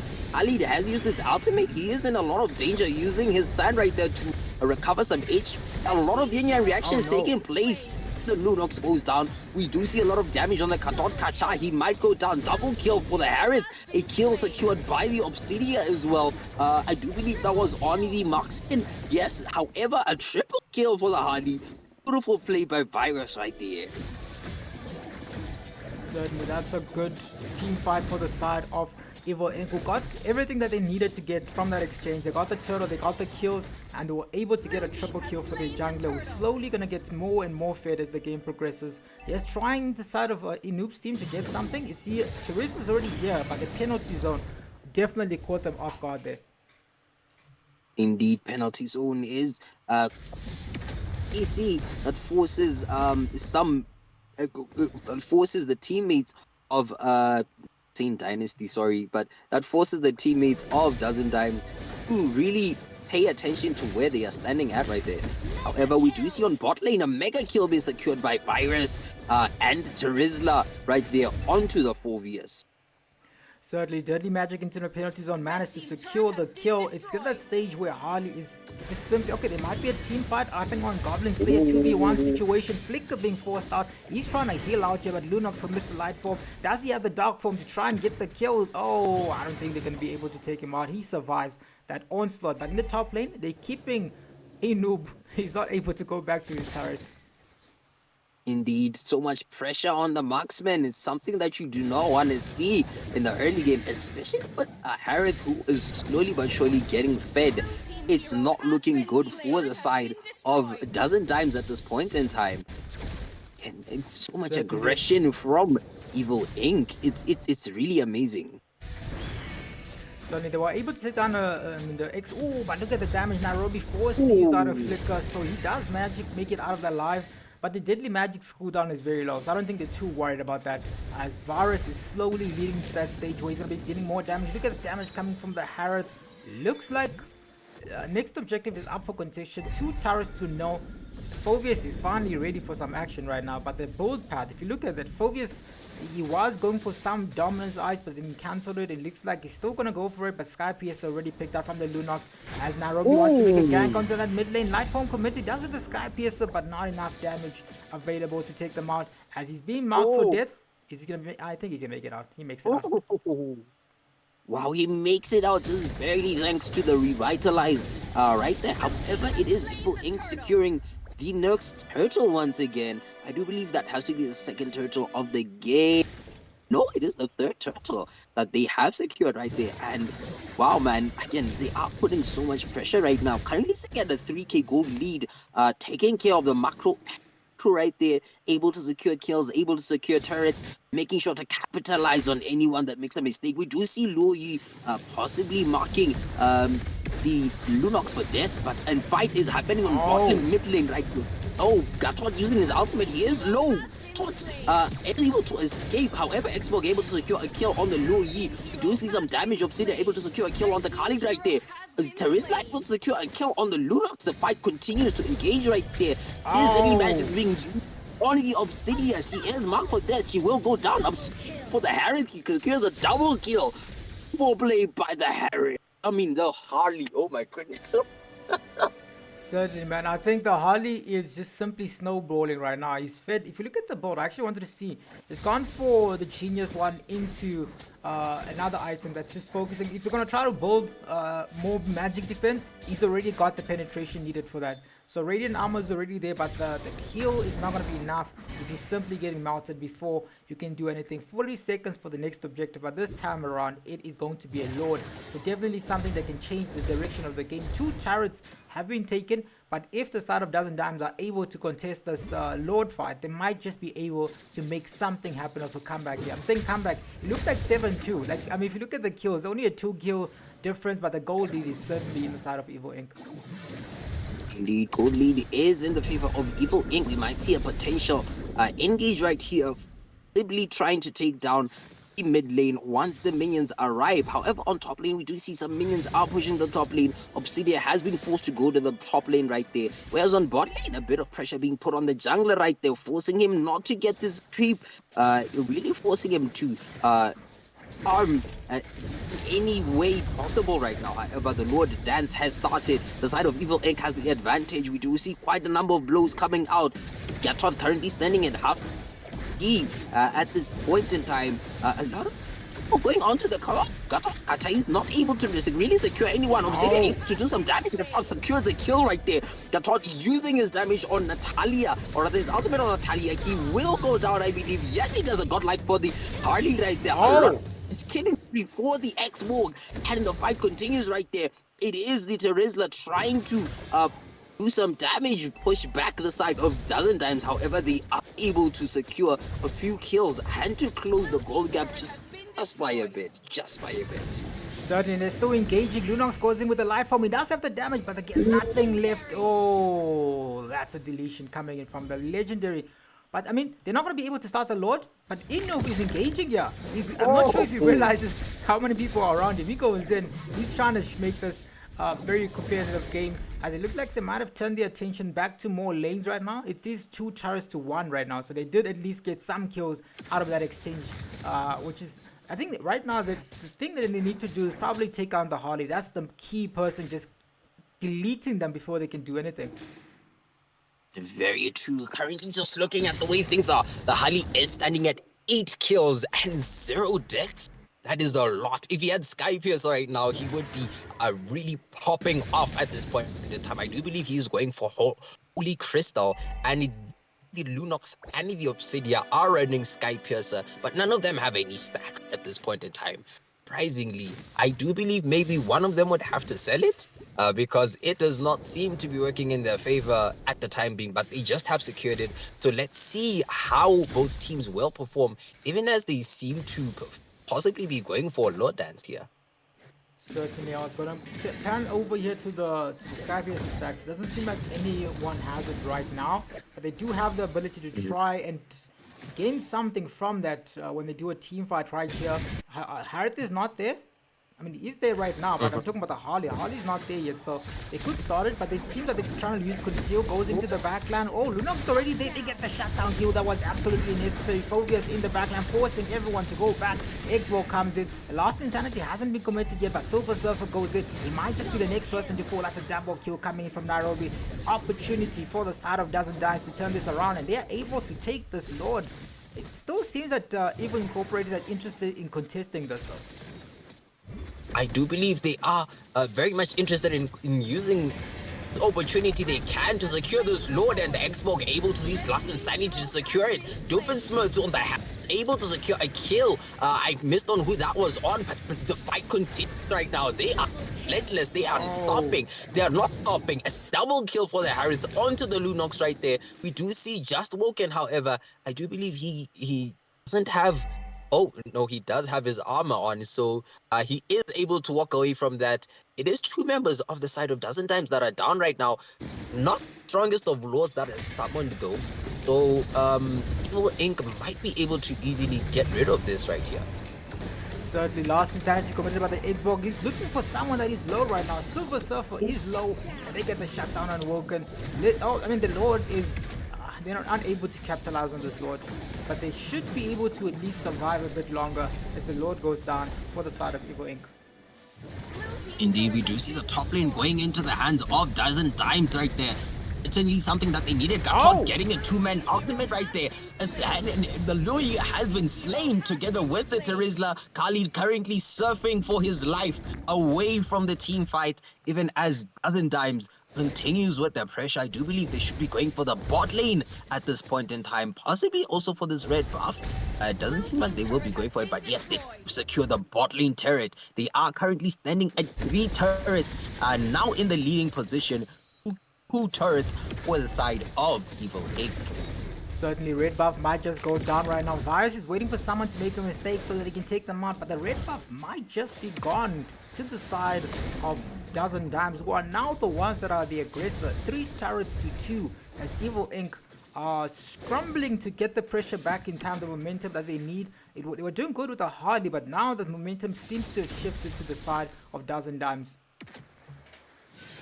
True, that kill that went on the Harley was obviously quite a lot of gold in terms of a bounty for the side of Dozen Dimes. It really helped them catch up in terms of itemization, but we do see a lot of damage going on to the Phobius. Thanks to the Luoyi's yin and yang reactions, he is forced to flicker out. Dogs also forced to disengage right there, and it does seem like Evil Inc. does have control over the mid lane area. Certainly, the thing that the side of Dozen Dimes are doing well is protecting that mid lane, but as soon as it's taken down, it's going to certainly open up a lot more for the side of Evil Inc. who are looking. That's exactly what we're looking for. Xbox is ready with the last Insanity, but the next mutual objective is up in 20 seconds. He doesn't want to die, as it looks like the next place to try and have a battle is the blue buff, and it's taken away from him. 16 seconds. Now it looks like the momentum is back to the side of Evil Incorporated. Oh yes, we do see Harith has almost completed his build. He did get the Winter Crown together with the Holy Crystal. Not Harith, Harley, my goodness. The fact that both of them are here, I'm just gonna swap their names, but you guys get it. You guys get it. It does seem like Evil Inc. is fighting the Lord right now. Both the XP and jungler of Dozen Dimes doing a lot of pressure onto the Khalid. He is forced to disengage with his ultimate. And the Obsidian locks onto the Harley, I believe. Harley in a lot of danger. He does go down, unfortunately. Gatot going down as well. Engage is coming in. A lot of from the Lunox. She is able to secure a kill. Lunox goes down to the Khalid. The fight continues right there. Obsidian doing an insane amount of damage onto the Hawk and onto the Harith. 5 members of Evil Inc. down almost in an instant. What a beautiful engage coming from Dozen Dimes. Dozen Dimes, the champions of the Kenyan tournament we held. Looks to like they're still going to bring the pressure. They've designated the jungler as the one that's going to take care of the Lord. They're going to look to at least take down the mid lane turret and open it up before the Lord, so the Lord can have a much clearer path towards ending the game. They definitely can't end now. They're already back for side of Evil Inc. That was a wipe on one of the teams that was predicted by Nick to win the entire tournament. Oh yes, we do see the side of Dozen Dimes just helping their jungle secure the Lord right there. Lord well marched right through mid lane, so Dozen Dimes should be focused on pushing the side lanes as well, putting all that pressure onto the side lanes to really collapse everything together. We do see actually doing that right now, all rotating towards the side lanes, and Harith also just trying to sort of possibly get a pick off, but it does seem like he will retreat towards his turret. Where we do see the Lord actually has just about arrived onto the base of Evil Inc. Certainly, it looks like the pressure is coming right now. The Lord is about to go down, but it looks like the side of Evil Inc. are not going to be able to... I mean, they're able to not lose a lot of turrets in that engage, but it looks like they're not going to be able to protect... Oh, they protect all the lanes, actually. They didn't lose a single thing there. They do manage to keep the siege coming in from the Dozen Dimes at bay. Now is all that's needed. 7 turrets for the side of Dozen Dimes. They need composure in order to make this win happen for their side. This upset will happen. If you look at the votes, Evil Incorporated are currently leading. Goblin Slayer is ready to try and defend the team. Harith is also available. But the thing that's happening right now is the Obsidia, she's preventing those dashes coming in from both the Harith and the Harley. So sometimes the Harley tries to engage and he's just caught out of position by that Obsidia, man. Indeed, indeed. Very interesting ultimate that has been used right there. Not used, but designed right there. Really countering the Harith. There's a lot of assassins, to be honest. They are forced to just stand there and not really do anything once she's caught them in there. So, beautiful play by the Obsidia right there. We do see the Gabot and the not the Kaja, but the Kali rather, just going around, showing each other, flexing, gaining all some aura right there. And no one is actually engaging at this point in time. They all respect one another.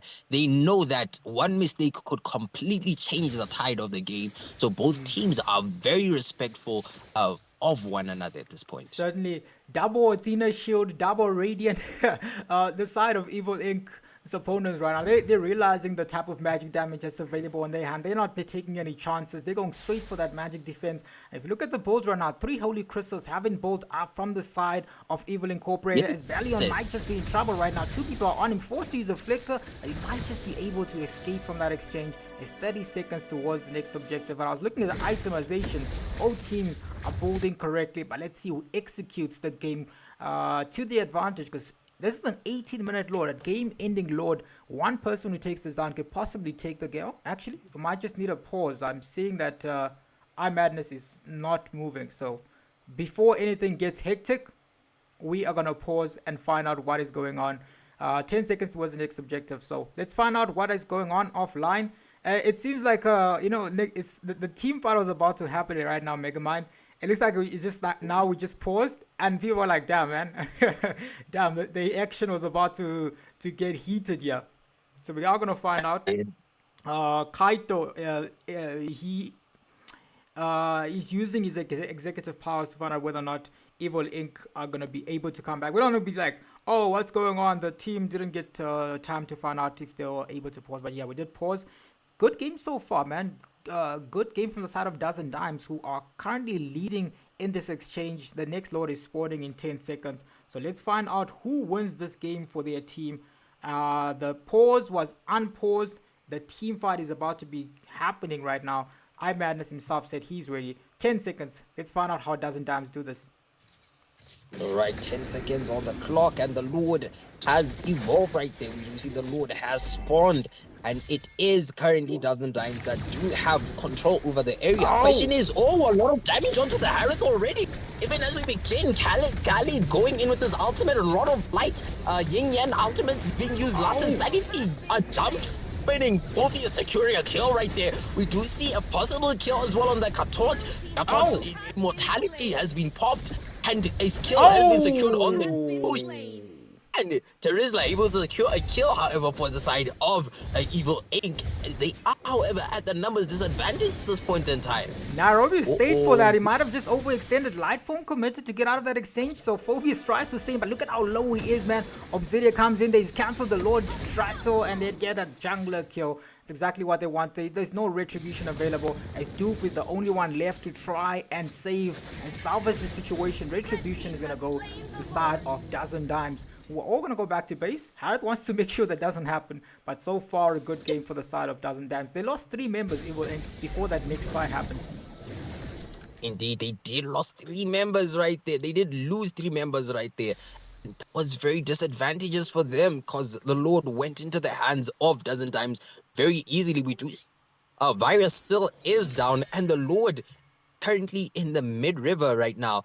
So question is, will he be back to assist this team to defend right now? It does seem also the side of Dozen Dimes is a bit scattered right now.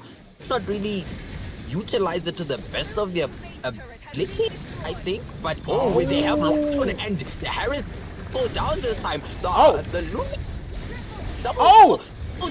He's a maniac. That is not a savage. What a fantastic game, man, from the side of Dozen Dimes. I was like, a savage? We haven't gotten a savage in this tournament. Listen, they had the choice, either get the savage or end the game. So they chose the right choice and ended the game. 1-0 victory for the side of Dozen Dimes. Upset win MVP for the side of Enov as they're moving on to game 2. What are your thoughts, Megaman, on the first game? Man, that was a beautiful... I do believe that Evil Inc. had very good earlier game aggression. They did take the lead in the early game. They were very good. My goodness, the Harley was unstoppable. And at a certain point, Dozen Dimes was like, let's put our head in the game. And after that one kill on the Harley, the tables just turned around altogether. Dozen Dimes just came in, steamrolled them through. So somehow, Evil Inc. would have to find a way of sort of preventing the early game pressure from really getting to their team. If they can find a way of making sure that, yes, obviously the Harley isn't able to say pick off as great once the late game comes. However, once a team fight, if they can basically just come with a very good draft that can take care of the late game, I think they can do it. I think they can. Ali was counted by the Obsidia, right? By the Obsidia, yes, together with the Harrison. Yeah. So I think they did a good job of scouting, and I was a bit worried about them in the early game. But if you look at the Bolts, Woken did eventually. They were actually. I'm looking at this. Woken also had Skypiece at some point, right? That means that they had 3 Skypieces. Noob said, "Yo, sell the Skypiece. I need it for my Maniac at the end of the game." He got the Maniac, didn't get the Savage, but we are gonna jump into game 2. As now we're gonna find out what map we're gonna go. Is Kaito here with us? Clouds. Are we going for Cloud? Okay. That's Dozen Dimes. Kaito was ready for this. He's just like, yo, let's go straight into the game. Are both teams ready? We're waiting for Dozen Dimes, who might possibly make. Oh, they did ask for a minute. Okay. We're gonna wait for Dozen Dimes, who seem to be having lag issues. So they're gonna possibly fix that as Indoob is waiting. I mean, it is just after the game, so teams can request time to prepare. So in the meantime, we're gonna look at the chat. How are you guys feeling about the matches right now? As Dozen Dimes possibly might get a 2-0 win. If they play the game like they did in the last one, they might just get a 2-0 win. Listen. As I said yesterday, give me Void Esports or give me Def. That is all. Nick is here. Both of his teams are... Nick, it's so funny. You said this team... you said all the teams that you said are going to win. I think you need to be here for them to perform great. But the thing is, it does show the level of the server, though. Every team is slowly improving. There isn't going to be one team that's just dominating. We saw yesterday 2-0 win from... That hasn't happened in years, eh? Bottled Water losing to a Madagascar team 2-0 on stream. That hasn't happened in years. It hasn't, and it hasn't ever happened, in my opinion, to see Evil Inc. losing to a team from Kenya as well. Yeah, so it's getting to that stage. Listen. No, as you were saying, listen, people, this was unimaginable to people before the tournament started. The top Kenyan team beating one of the probably top 3 best teams in South Africa. That convincingly is absolutely insane. Definitely. So it's a point of the tournament of the greats, top 32, meaning that every single team in this tournament earned their spot. So I'm excited to see how the direction of the tournament. Also means that this group is a lot more complicated, Nick. This is the group with Saint Dynasty, Void, not Void, right? Yeah, this is a complicated group now.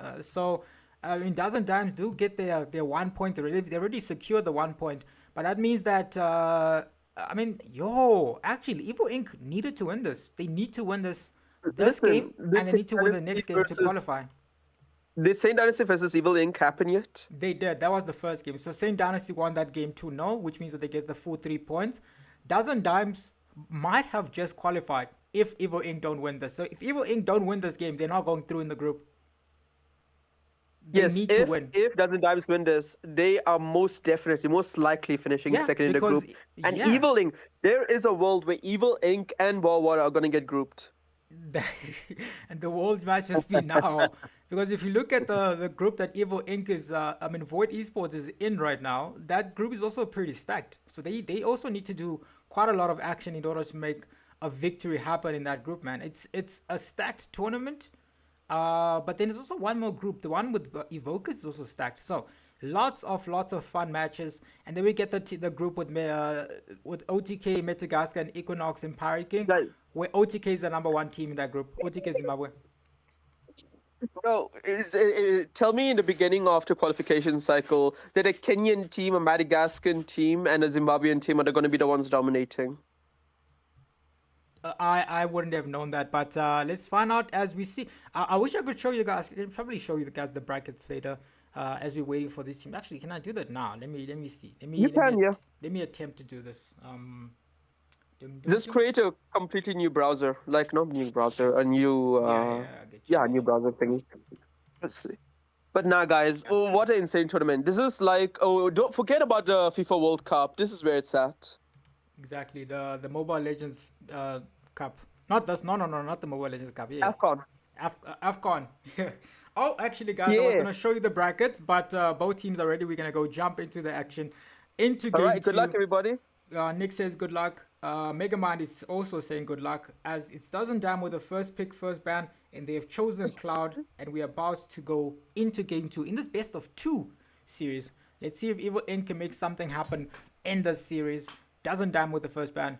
What are your thoughts so far, Megamind? What type of banding should they do in this game?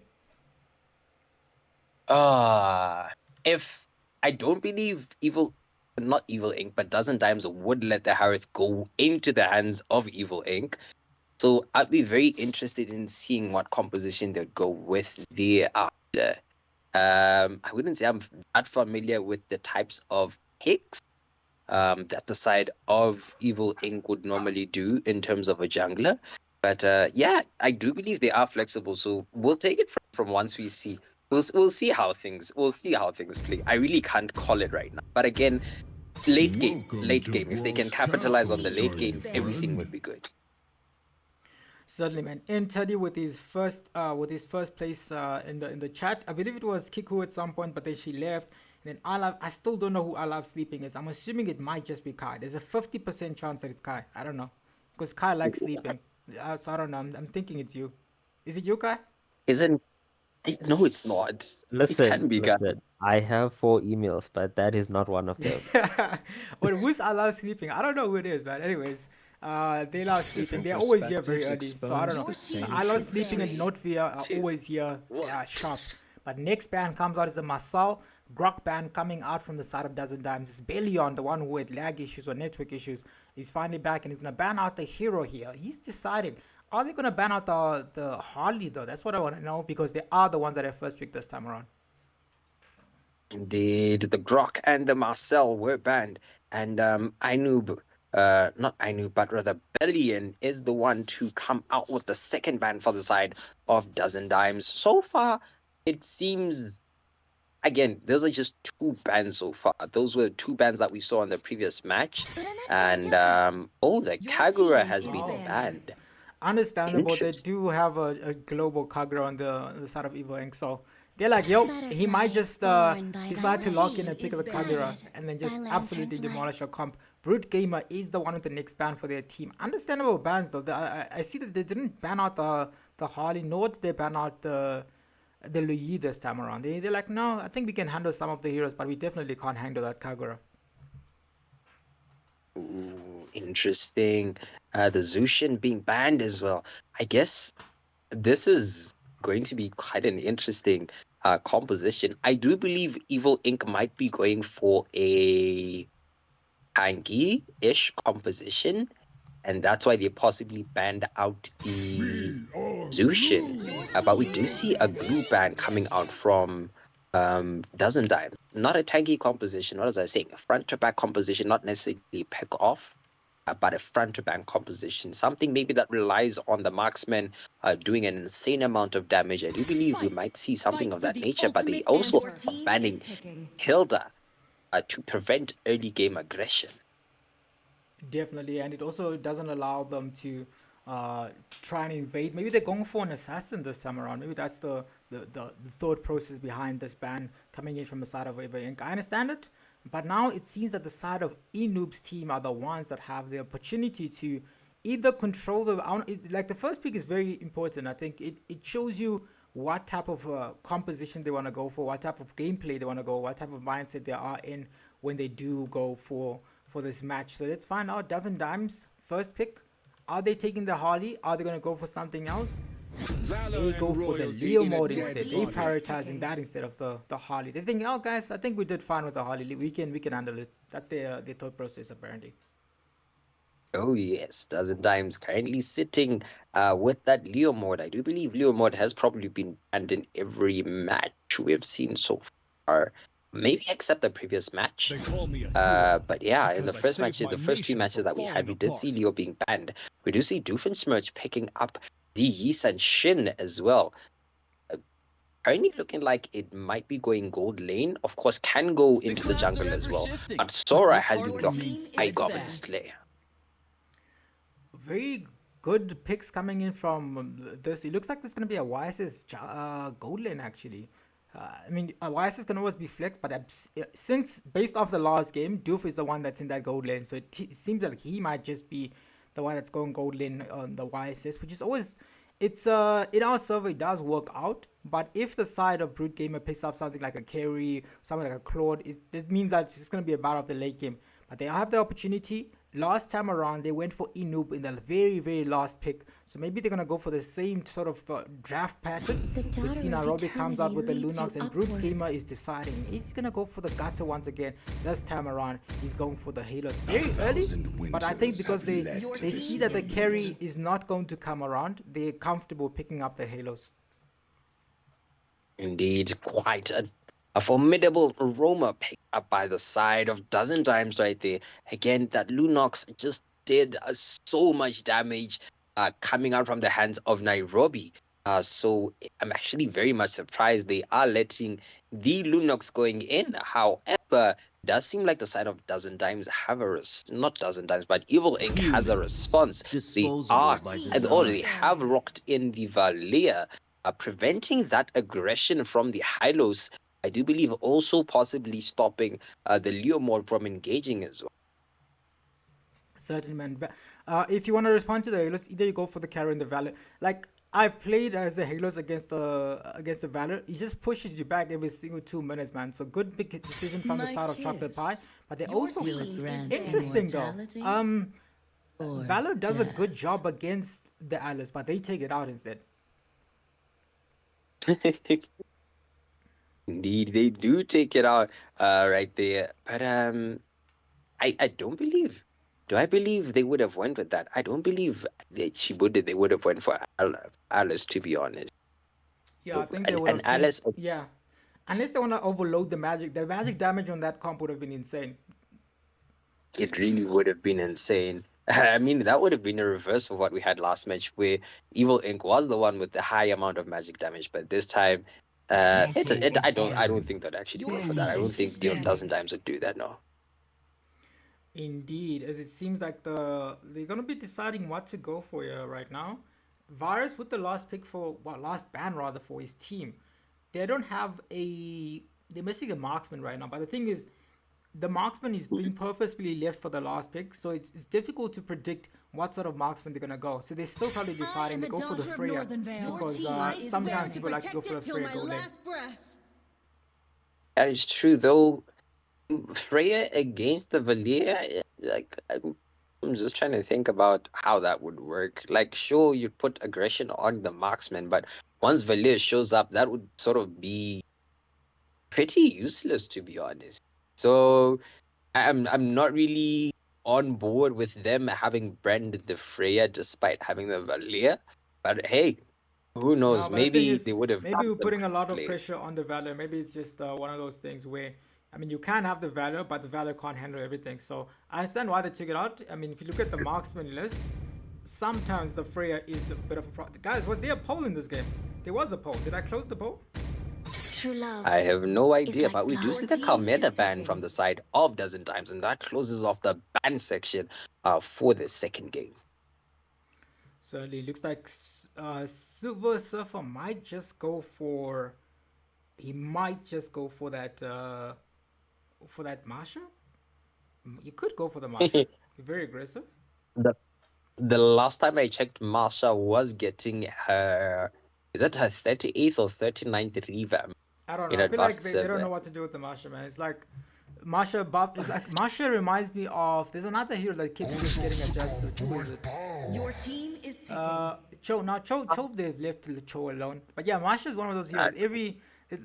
One time they make it doesn't use mana. Sometimes they make it attack speed. It's like they're trying to figure out what to do. But I'm excited for the upcoming skins though. Marsha might get another skin. But focusing on this game, the last two picks are coming out from the side of Dozen Dimes, Enoob and Burleon. The XP laner isn't there, so it's going to be Sora's dance partner up against this. So let's just see. I mean, they can theoretically go for the Valentina gold lane. I mean XP lane, but it's also always risky to try and do that. I mean, you can. I've seen it happen, but they're going instead for the Yuzong and the Irithel, possibly going to getting locked up Them from play the Enoob here. hero.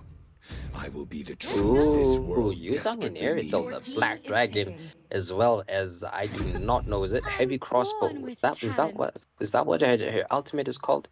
I forgot. I believe so. Yes. Right. We do see the Guinevere being locked in, so it is Guinevere and Kufra coming out for the side of Evil Inc. in the last half of the draft. And yeah, those are our picks for this final match. Question is, can Evil Inc. secure a win with this draft? Certainly, that's going to be the question we're going to find out. No Purifies on the side of Dozen Times this time around. The Irithel went for the sprint instead, so might just be easy for the Virus to catch them off. But again, it's all about execution. YSS gold lane in this match. Valor is going to be another interesting pick, and Sora is always a safe bet when you're trying to decide what type of XP laner to go for. But let's find out how we execute their draft more. In the early game, last game, we saw that Evil Inc. were the ones that had something happening in that match. But then as soon as the mid to late game came around, they just locked in. So if they're not able to take care of Enoob's marksman, they might just end up losing again. Let's find out how this game goes. In this best of two, second game, this time around, it is the side of Enoob's Dozen Dimes who are going to be starting us off in this jungle. All right, for anyone just joining us, welcome once again. Currently having Dozen Dimes and Evil Inc., who unfortunately looking to secure a win after their first loss right there. We do believe Evil Inc. hasn't won any match so far, and so it is looking quite dangerous for them. However, in this match, this second match right here, they are hoping to secure a win, at least just one win, at least a draw against the side of Dozen Dimes, who are currently leading in their bracket. Yeah, certainly. If the side of Evil Inc. lose this game, they cannot qualify.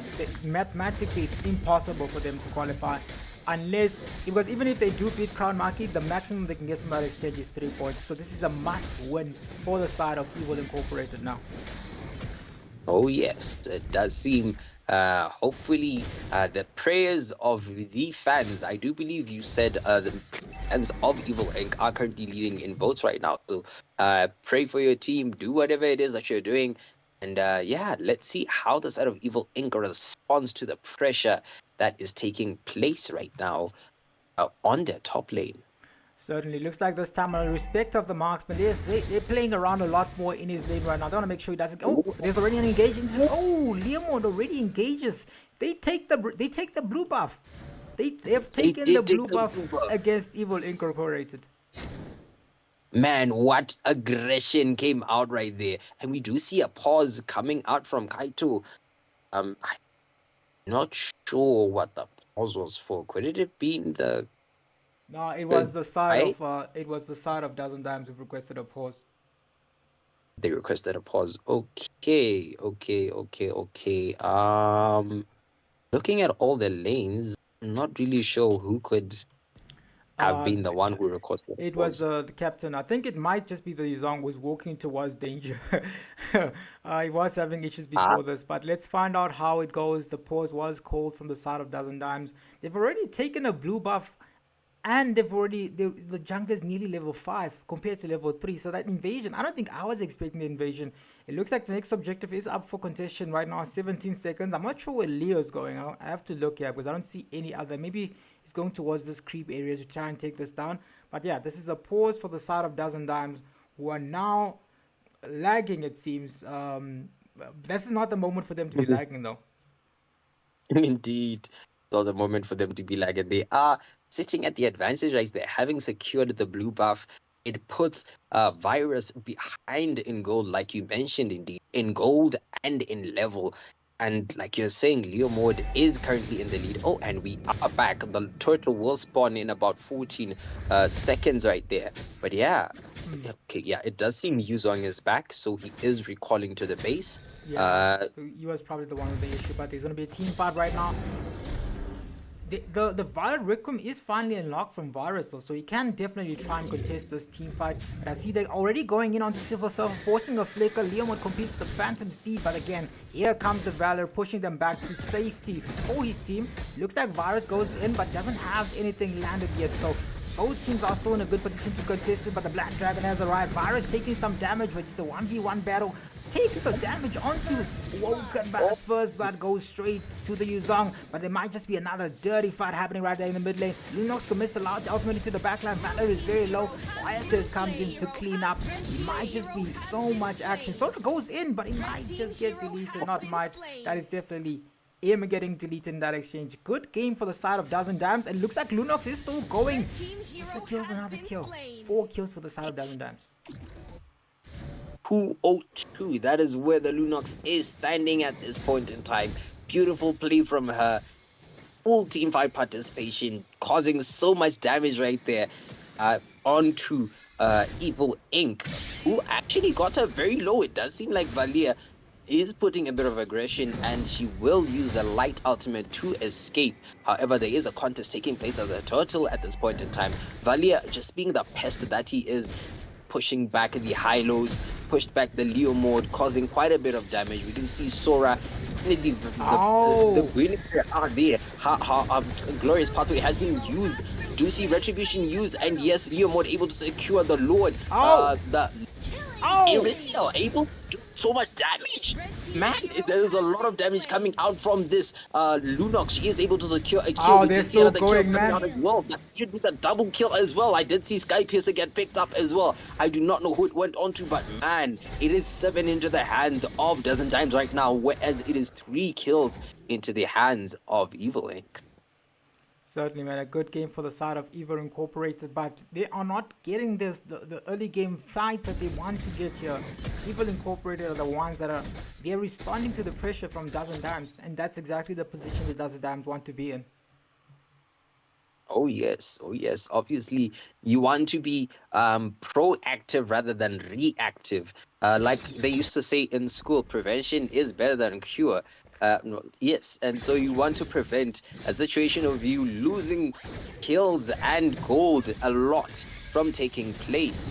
And right now we do see that the side of Evil Inc. is currently in the back and they have to cure what is going on at this point in time.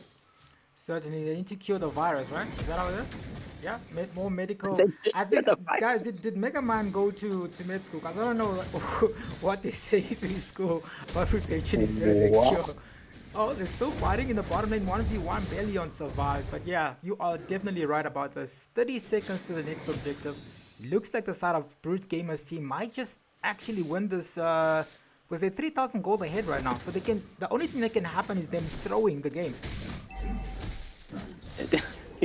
Indeed, it does seem like the side of Dozen Times really putting pressure in making sure the gold lead stays the way it is. I do see the Valia and the Kufra are currently secured. He is stretching. He goes for the Lunox right there. Lunox getting caught out and she goes down. It is a shutdown kill. Beautiful stuff. However, it went onto the Roma. Oh, Pilot Requiem being used on the Leo mode. Leo in a lot of danger right now. He is able to disengage. However, the Sora able to come and do cleanup. We did see a kill, however, going on to Virus, who's down, as well as Choco Pie. The the Sora is in a lot of danger. Marksman and Roma on him, and he goes down. It is a killing spree for the Erythiel.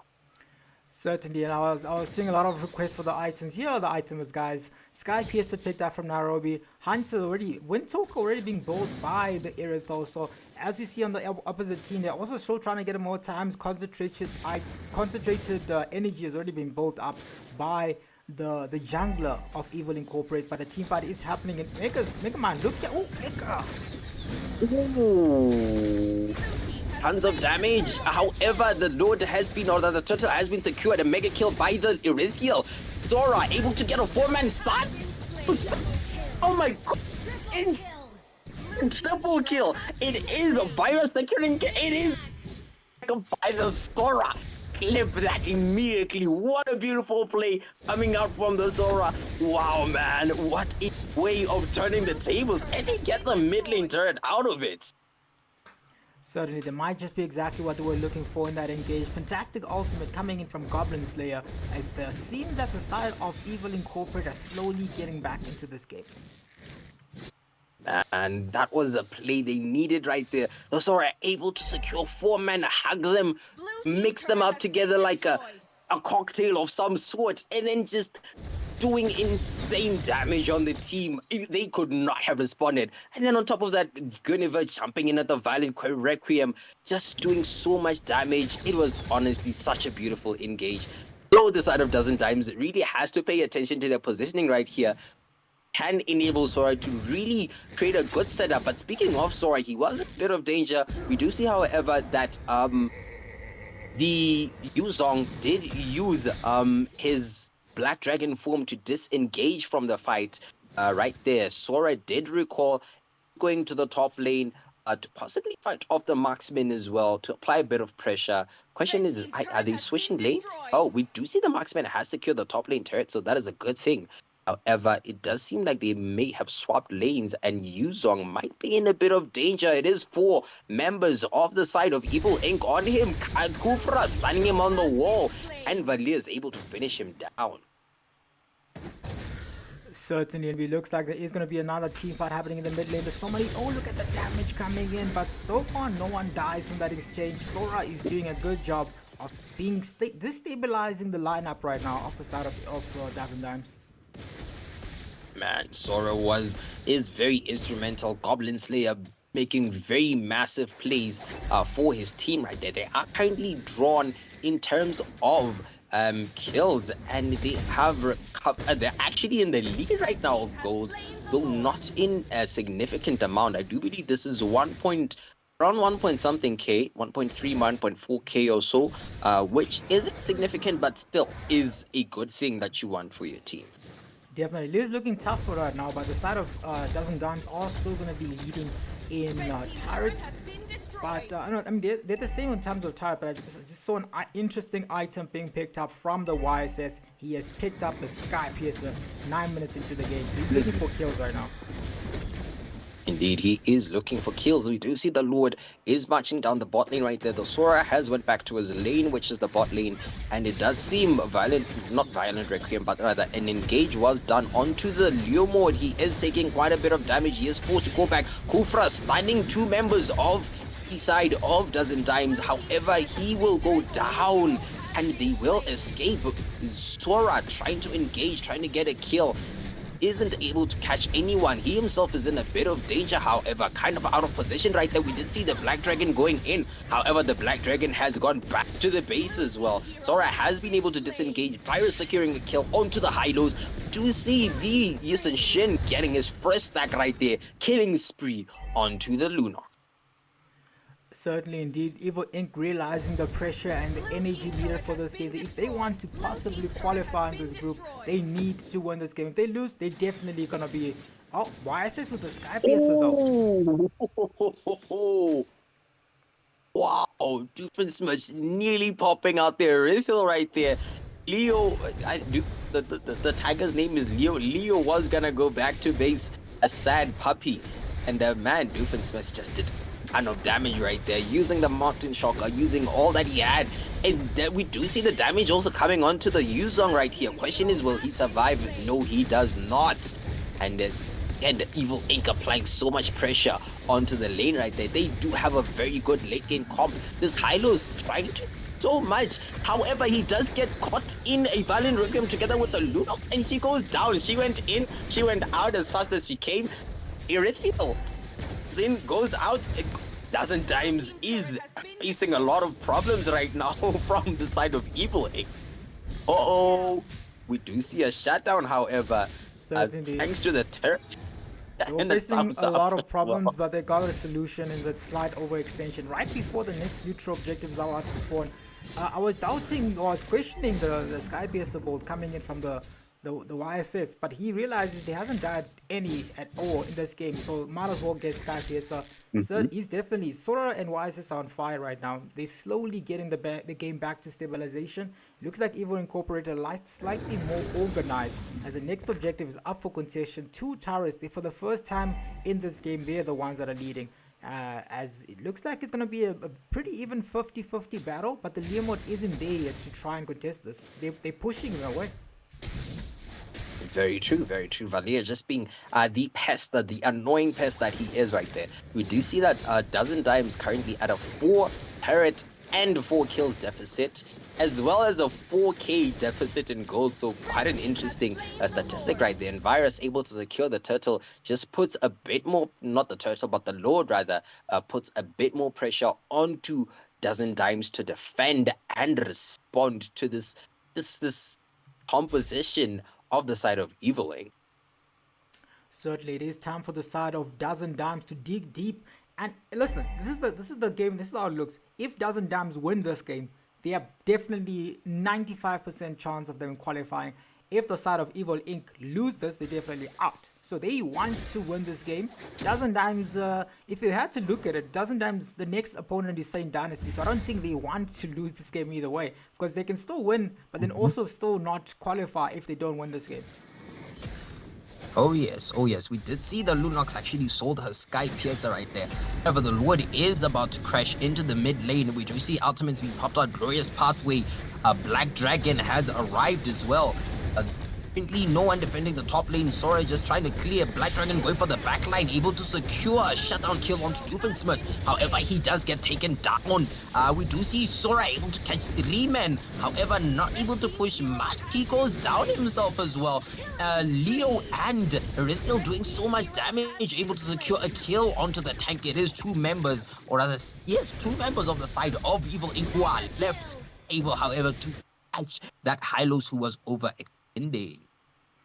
Certainly, I mean, that's the type of defense they were looking for. Nairobi doesn't have the Sky Piercer ready for this time around, but 3 members gone for both teams right now. So much action fold in this game. But in terms of turrets, 6 turrets against us, so nothing came from that Lord that they did manage to get. Nairobi's waiting for someone, but I think he's regretting his choices as he wants to go back to the base. Fallon walks into that, but oh, that's stuff. Ooh, I just escaped.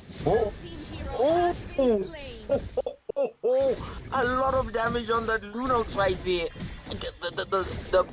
Mountain Shocker, Valia's skill, everything just going in, doing so much damage, popping the Lunox immediately when she came out of the light ultimate. Very unfortunate for her to have not anticipated the YSs coming there.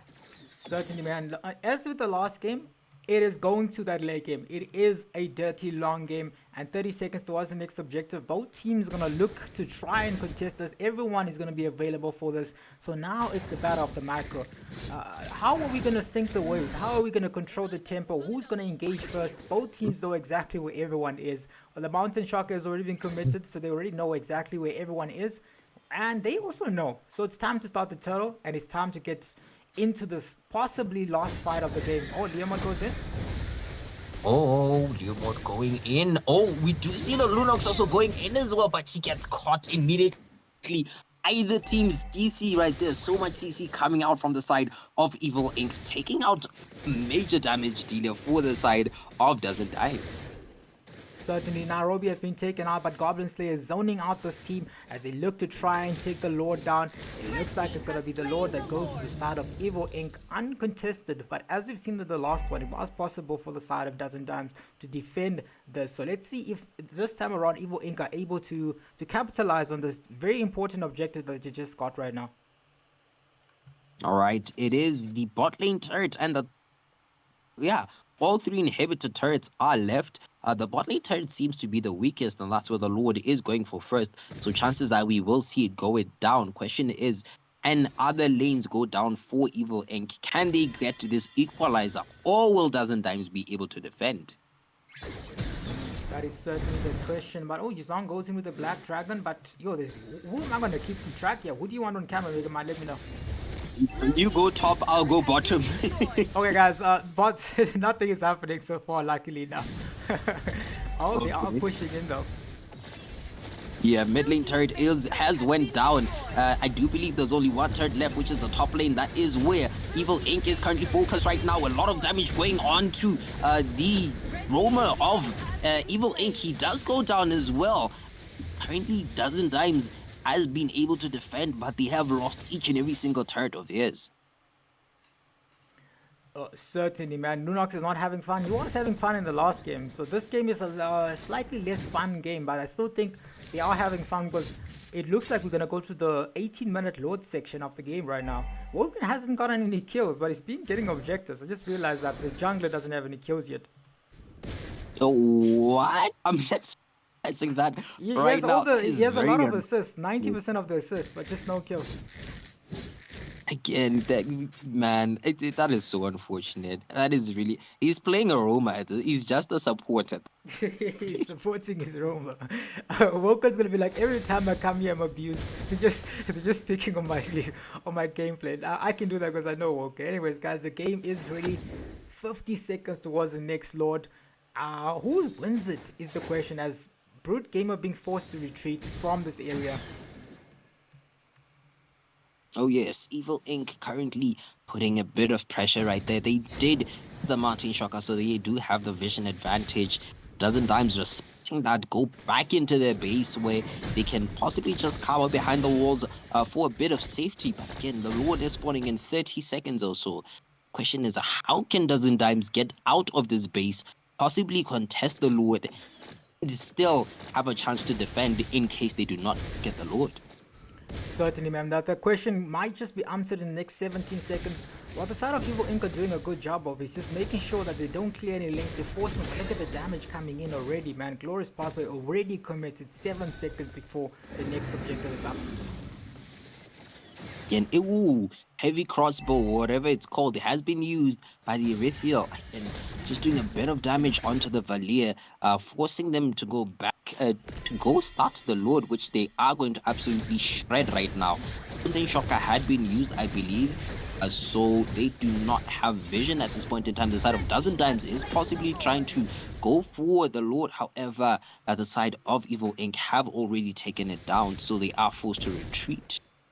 Certainly, I mean, they're forced to retreat, but again, they only have the base left to defend. Let's see if the side of Evil Inc. with this 18-minute evolved Lord, are they able to end this game? Let's find out what this is basically the defense versus the attack. Is Nairobi online?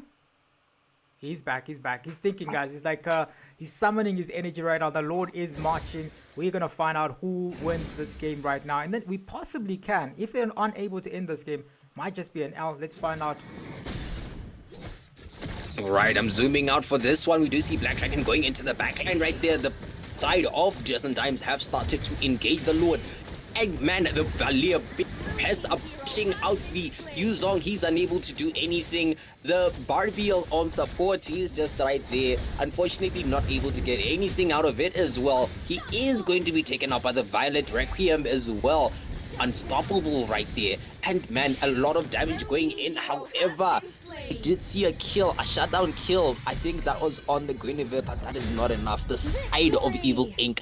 managed to clutch an equalizer point in this very match. That is an equalizer point indeed, but I think Dozen Dimes are still going to be happy with this. This game wasn't, it was back and forth up until that Maniac from Goblin Slayer. I definitely think that costed them, not costed, they won them the game in that game because they were, before that they were behind, but also a good game from Chocolate Pie, good controlled game, and they were able to make this draw happen. This draw means that the side of Evil Inc. are going to have 1 point right now. The side of Brute Gamers team, Dozen Dimes, currently have 4, which brings them to second place. So they are currently second place in terms of the group. So Saint Dynasty are just miles ahead right now with 6 points, but it means that we might just get a deadlock where every single team is going to have a draw, and then we're going to look at the times. So I still think that the times are also going to be a thing that we're going to look at, and if possible, if there's a 3-way tie somehow, there is going to be a tiebreaker. But so far, it looks like Dozen Dimes are going to be happy with this exchange. I mean, it does mean they needed to get 1 win here, but it also means that the side of Evil Inc. are still in this. They can still make a win happen. It looks like everyone's target right now is going to be Crown Maki, because Crown Maki has Evil Inc. who want to absolutely win. They also have Saint Dynasty who also want to absolutely win. So Crown Maki have their homework left for them. All the teams in the group are going to be looking to get points. They'll be turning their eyes onto Crown Maki. But given that, we are going to be jumping into the next game that is going to be happening. The last game of the evening, Aurore from the side of Madagascar is going to be facing your home man.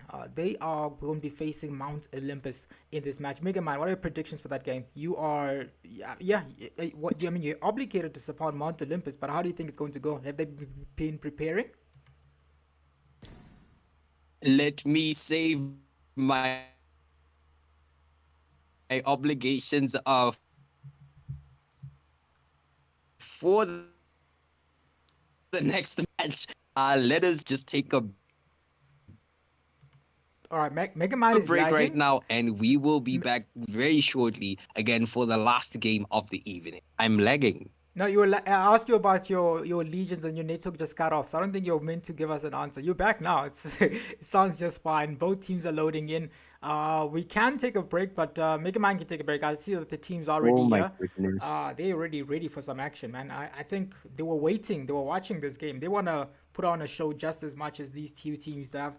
It is Aurora versus Mount Olympus. So probably the best team in Botswana right now is going to be facing against a top 8 team from Madagascar. Obviously, they're not ready now, but we'll keep you guys so you can let us know. Let me kick Madness. He's had enough fun times already, so he needs to rest. As we move on to the next game, I'm going to do the next poll actually. Let me find out who you guys think is going to win. Where are the fans from right now in the chat? As I unpin this game because this game is done now. We're moving on to game 2, which is Mount Olympus.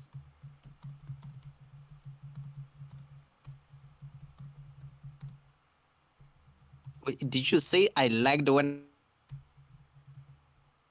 I gave my prediction? Yeah, you're still lagging. Every time you talk about your prediction, Hello? your network cuts off. Are we muted? No, we're not muted. We're live on stream. Okay. Do you need to go on off stream right now? Kai? I wanted to say something, but it's fine. Okay, you can say it after the game. Or do you want to say it for the audience? Okay, 1, 2. No. 1, 2, 1, 2. Oh, I can hear your 1, 2s, but every time you give a prediction for the game, it doesn't. Your network just cuts off. I predict a 2-0.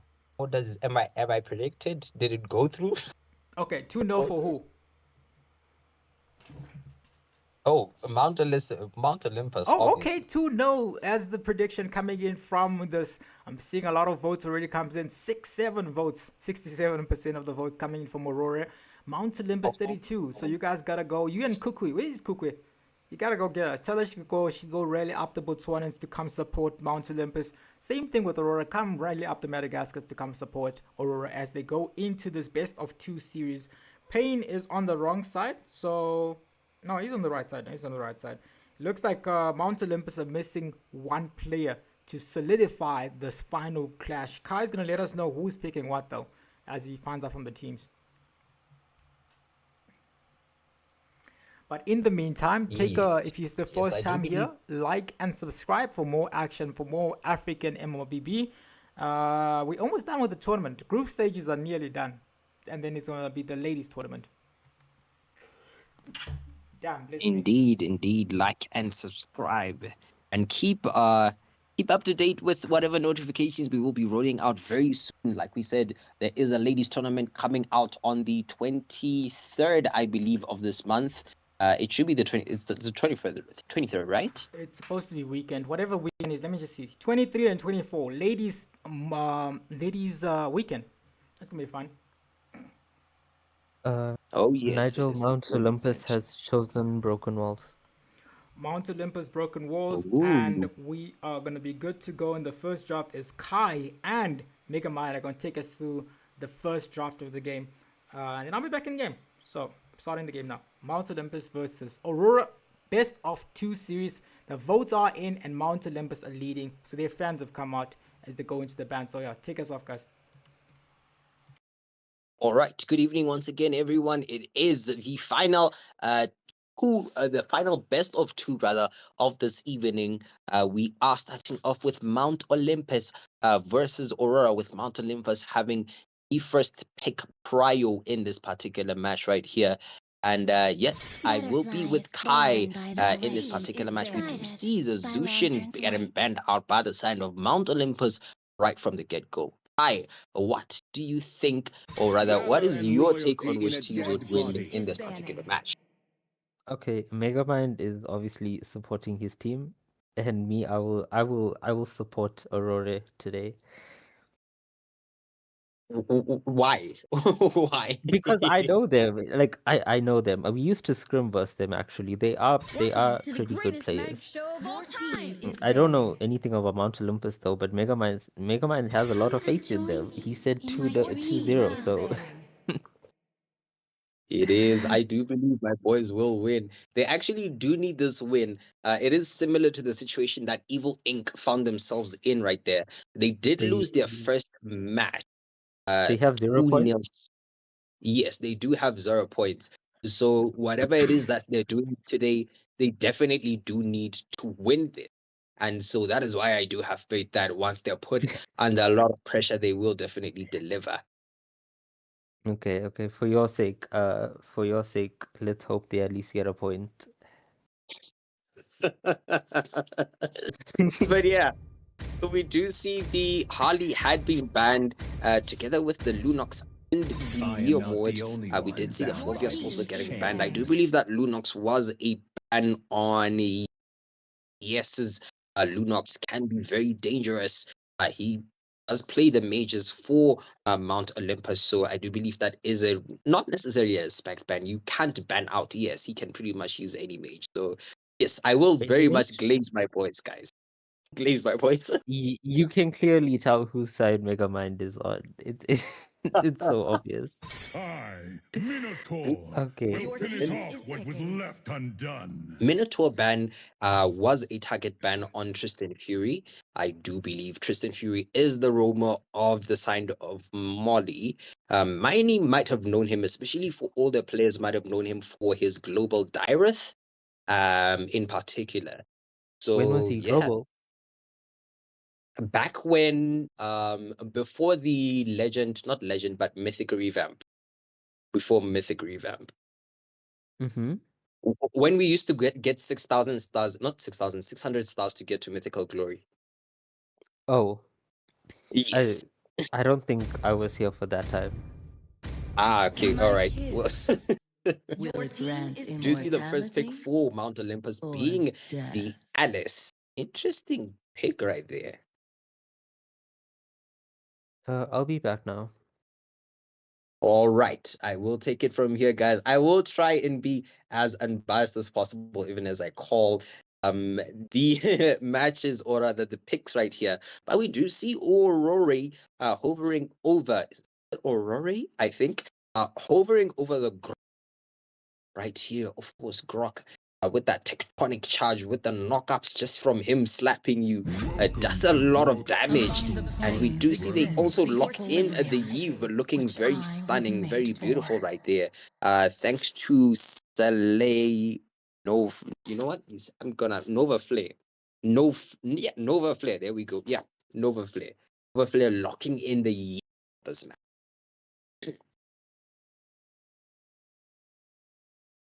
All right, we do see Mount Olympus are going to be responding very soon. It is Shinji, and yes, currently the mage and the jungler. Yes, the mage and the jungler. Not sure if they will pick the jungler at this point. We might see a swap. Oh, Chantabam locking in the Sia. And we do see Tristan Fury on the Hilda as well. I do believe that is a Hilda roam will be coming out since we can already see the Alice that will be going into EX. Question is, how will Aurora respond to this? Mount Olympus has a bit of aggression and quite a bit of a tanky team. However, I don't think they have that much CC in terms of AOECC when compared to the side of Aurora. They do have the tectonic charge, they do have those knockbacks, they have the wall as well, and then real world manipulation together with the skill 2 of the just doing so much CC. We do see Aurora locking in Harry. Wow. Oh, it is a pause. Was that a requested pause by any chance?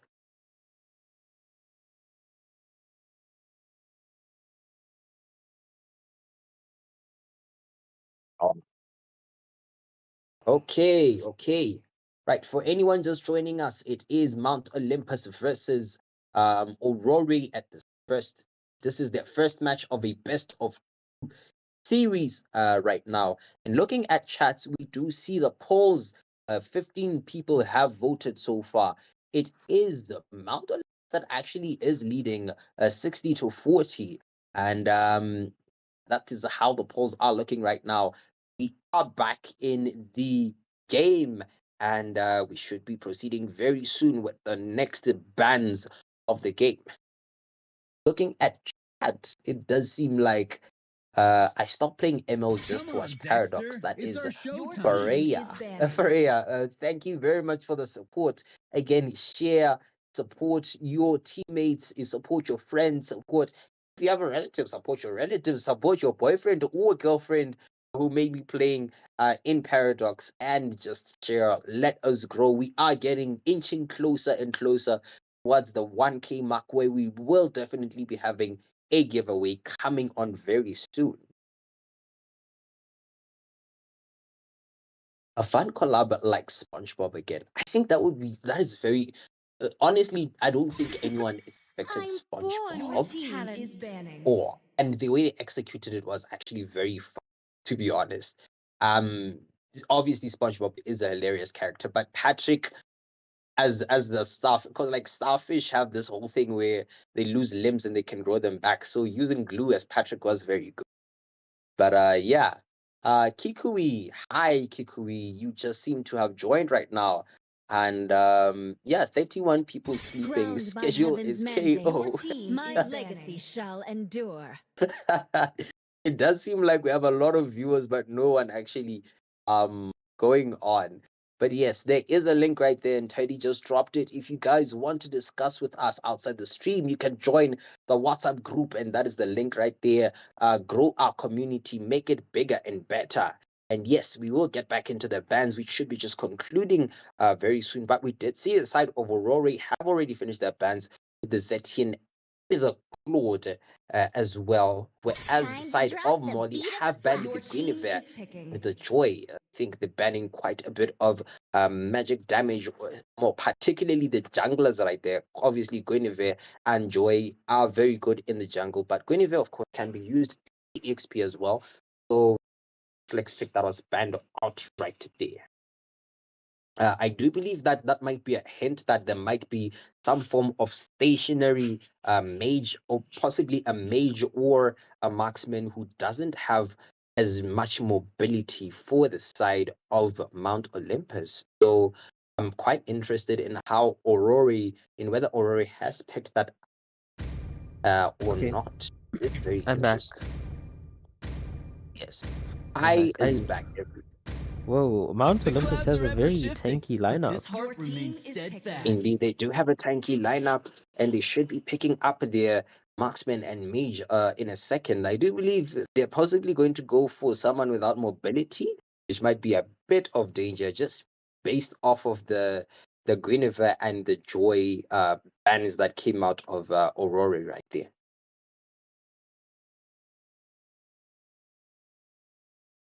Ooh. They are currently flexing out the Yisan Shin and the Selena. I do believe that is a Zenith skin, if I'm not wrong. Is that a Zenith skin? Yes, that is her Zenith skin. Interesting. Yeah, that is. Cinder Can you to maybe look flame. again? Because I Shed was. the ashes of the past. What? Oh, Selena? It is a Selena. I don't believe we've ever seen a Selena being picked We in a haven't. tournament. I was just wondering that too. Oh, I don't I think we do have seen a know. Selena. I do know. Yes, is a crazy good Selena player. Question is, will he be able to land his stuns? I guess we will see that during this match. But Rory currently picking a jungler. They are flexing, or rather hovering over the Soyu at this point in time. Soyu does look like a good pick, I guess, going into the draft, though he will have a hard time getting to the back line. He will have a hard time getting to the back line. The immortal That one is chose me true, to but vanquish the shadows that plague at the this same world. time, I think so will Mount Olympus. You know, in terms of getting to their Yeah. backline and stuff, because Aurore has a Grok on their team. They have a Grok, they have a Sora. If anyone tries diving in, they could possibly turn that around on them with those two heroes. Very true. But Very true, I think. I don't know whose side to favor. I'm gonna favor Aurore. I'm still gonna favor Aurore with the draft. Right. We do see the first match coming out real soon, guys. Like, share, subscribe. Keep voting. Which team you What? anticipating to win in this particular best of two series? Is it Molly, Mount Olympus, or is it Aurora? Is it Aurora, or how do I pronounce that? That's how I say Is it it, East? because that's how I see it. Okay. Welcome to Mobile That- Legends. That's how I say it, yeah. The same Oh thing. my goodness. All right. 5 Well, we are seconds till the looking enemy into the reaches first the match of battlefield. the day. Smash them. I do believe camera should be controlled troops by deployed. Nigel, and hopefully, I'm just waiting for the part to get on stream so that I make sure that Nigel is actually streaming that part and controlling the camera. And anyways, we will. Oh, okay, all right. Daddy Nigel is there. Daddy Nigel is there, guys. But yeah, first game of the day, and we do see some aggression going in from the Grok, the Selena, the Hilda, and the Eve as well, just exchanging blows right there. Top lane, it is top laners doing top lane things. Oh, blood! Really, I completely missed first the blood onto the Eve. Another stun coming out from the Selena. A ton of damage. The Grok That was so already. quick. Again, I was not kidding about the Selena pick. Yes, a deadly Selena player, Now, again, I know Selena very good for pickoffs and everything, but my concern is the late. If these guys don't snowball with the Selena, they're gonna have a hard late game. But anyways, let's see how they execute this. But man, that was quite a quick first blood pick, right? And it happened so fast too. Grok also looked like he was about to go down back there. Oh yes, you've in a lot of as well. Force the flicker to use her region as well. And she is not gonna have the best of matches against a Selena who has quite a bit of mobility against her. I do see she is standing right there. Selena possibly looking to stun someone, but she did manage to land a hit onto the Suyu. However, we will see the action possibly shifting towards the top lane, even as the turtle has spawned. This is looking like it's going to be a very interesting game with the Selena. Yeah, again, if there's any mage, yes, knows to play best, it is the Selena. It's one of those pocket picks that he never feels unless they really do need it. We do see Alice currently engaging onto the Grok. Grok currently sitting in half HP, a lot of danger and a lot of damage that went onto him, and he goes down. The Soyu is forced to disengage. Sora trying to use his bit, but gets popped by the side of Modi. We will see, another stun onto the Eve. Man, Selena is sitting on that thing right now, and we do see a lot of damage onto the carry, or rather the carry securing the first kill for the side of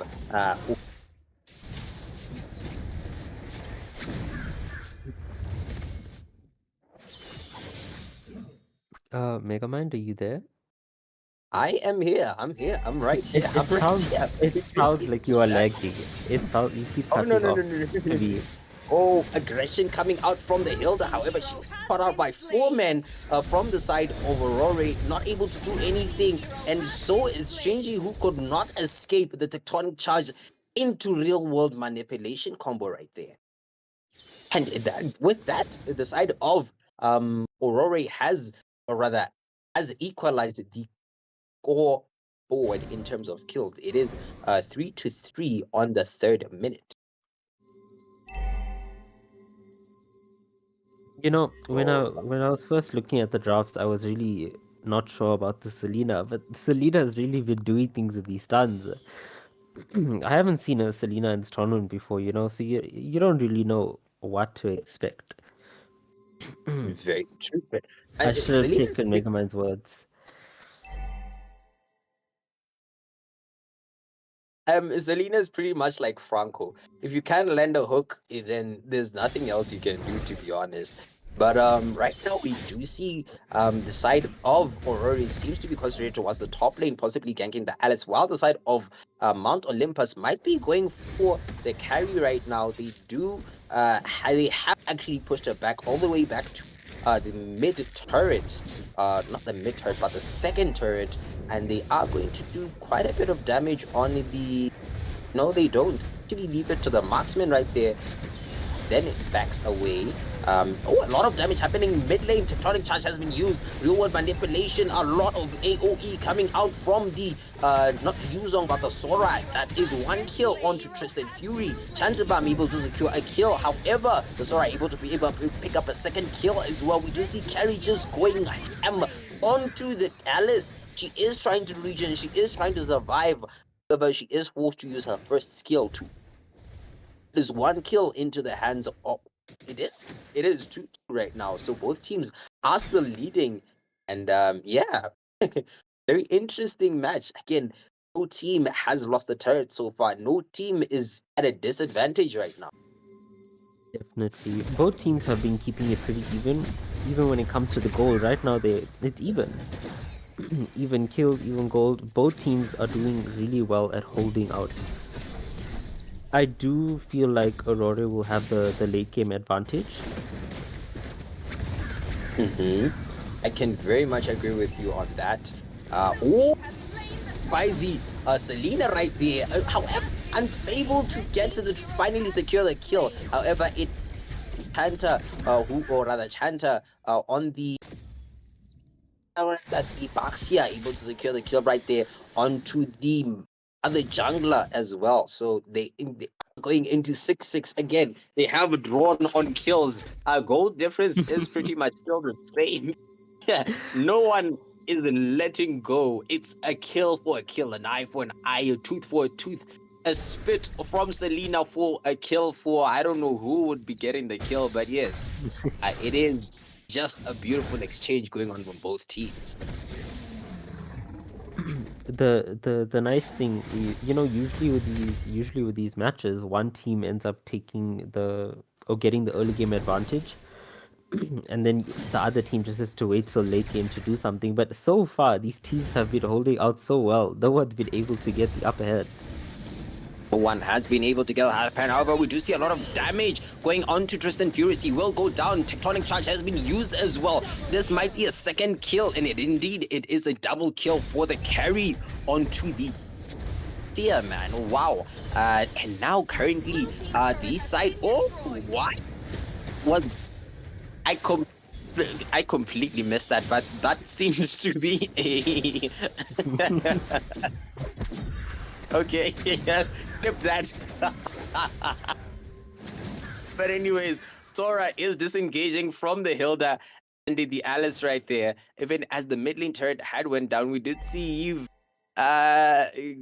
committing seppuku right there in mid lane. Very interesting. Wondering if she's lagging or not. But it does seem the Baxia has found a target in the form of the carry. Again, no one is seemingly able to damage the carry. Selena as well is landing the stuns. However, Grok keeps disrupting her from actually securing those kills. So there is that entire thing happening right there. We do see on top lane an exchange happening between the Sora and the thingy, not the thingy, the Alice, not actually committing to anything. But looking back at the bot lane, I do believe there would be pressure to possibly get a turret from either team from the bot lane before fully committing for the Lord. At this moment, I do think that Mount Olympus has the better advantage to get this Lord. But it does look like no one's going for it just yet. It seems both teams would rather get a pick off first, which I think is a smart idea. And then we have Suyu. Suyu's just pushing lanes. He pushed mid lane, and now he's back on top lane. Indeed, it has forced the Alice to go back to top lane, and it does seem bot lane. The carry has been stunned, and it is a shutdown kill by the Yistan Shin, able to secure that kill onto the carry who's been causing so much damage onto the Eve as well. Real world manipulation has been used defensively right there. We do see another stun coming out from Selena. Man, she is spitting on that thing right now. And we continue. It does seem the side of Molly will go on, continuing to do some damage onto this board right now. The side of Aurore do have a good amount of vision right now. They do have the a lot of damage going onto the what's her name? Hilda. Yes, the Lord is very low right now. Question is, who can secure it? Secures it. Alice getting a kill on the jungler. However, Tristan Fury will go down. A double kill for the Sorak, securing a kill on the Baxia as well. Do see the Alice in a quite a nature. Alice is being free hit by the carry right now, and carry with no one to actually take her down is going to go down as well. Carry has just been getting fed from the start. She's just been collecting kills at every team fight, especially back when they tried to gank her and they overextended under the tower, and I think she managed to get a double kill at that point. Carry's coming online much earlier than I think they would have wanted. Very true. All right, looking at the builds real quick, we do see that hopefully there's a bit of action. Someone has been stunned right there. We do see a lot of damage going on to the Grok. It will go down to Shinji with the YSS. A stun coming out from Selena. Alice engaging with the ultimate. Carry goes down. A kill onto the... What is name? Oh my goodness, and a double kill. That is 4 men down for the side of not Mount Olympus, but of Aurore, and Mount Olympus is in terms of an equalizer of kills. Going back to the kills, we do see So you did pick up the Sky Piercer, hasn't gotten a stack as of yet. Everyone seems to be stacking. The carry has finished her Trinity, which, like you said, Kai, you did not want to see, but an off-screen kill. Even as I was looking at the builds right there, we did see an exchange. It was the Yisan Shin for the Duo Yu going down. Wow, man. Hey. This is starting to look like it's going to be one of those back and forth games all the way until the end. It is. I do believe it's going to be a back and forth game. Whoever makes the biggest mistake will definitely lose out. We do see a bit of danger going on to the Sora. Sora throwing punches from the air, trying to disengage the fight right there. He is able to force the side of Mount Olympus to just back a bit off and to continue with with the match. Off the throw, but I love sleeping. What throw? Okay. Who's throwing here? I should start taking a look at these comments more. Oh my goodness. But yeah, this is going to be quite a bit of an interesting. It is a very close match. I do agree with you. I love sleeping. Just looking at the other comments as well. Andile, come and take your network issues. What? Do you know the whole thing about Andile and his network issues? Yeah, I know it very well. But anyways, it is Molly who are in the back pedal right now in terms of gold, but it's just a 1k gold deficit, however. So it really isn't that deep. I do believe the marksman, being the YSS, has quite, yeah, he does have Blade of Despair, rather. We do see Susoyu actually pushing the top right there, whereas the side of Molly doesn't seem to be pushing top or mid, which are going to be pushed by the minions right now. Hilda and Alice have stayed. It does seem like the squishy heroes are the ones who have decided to go back, being the YSS, just to clear that, get a bit of gold, sort of just farm up, and yeah. Aurore doesn't also seem to actually be committing to this load right now.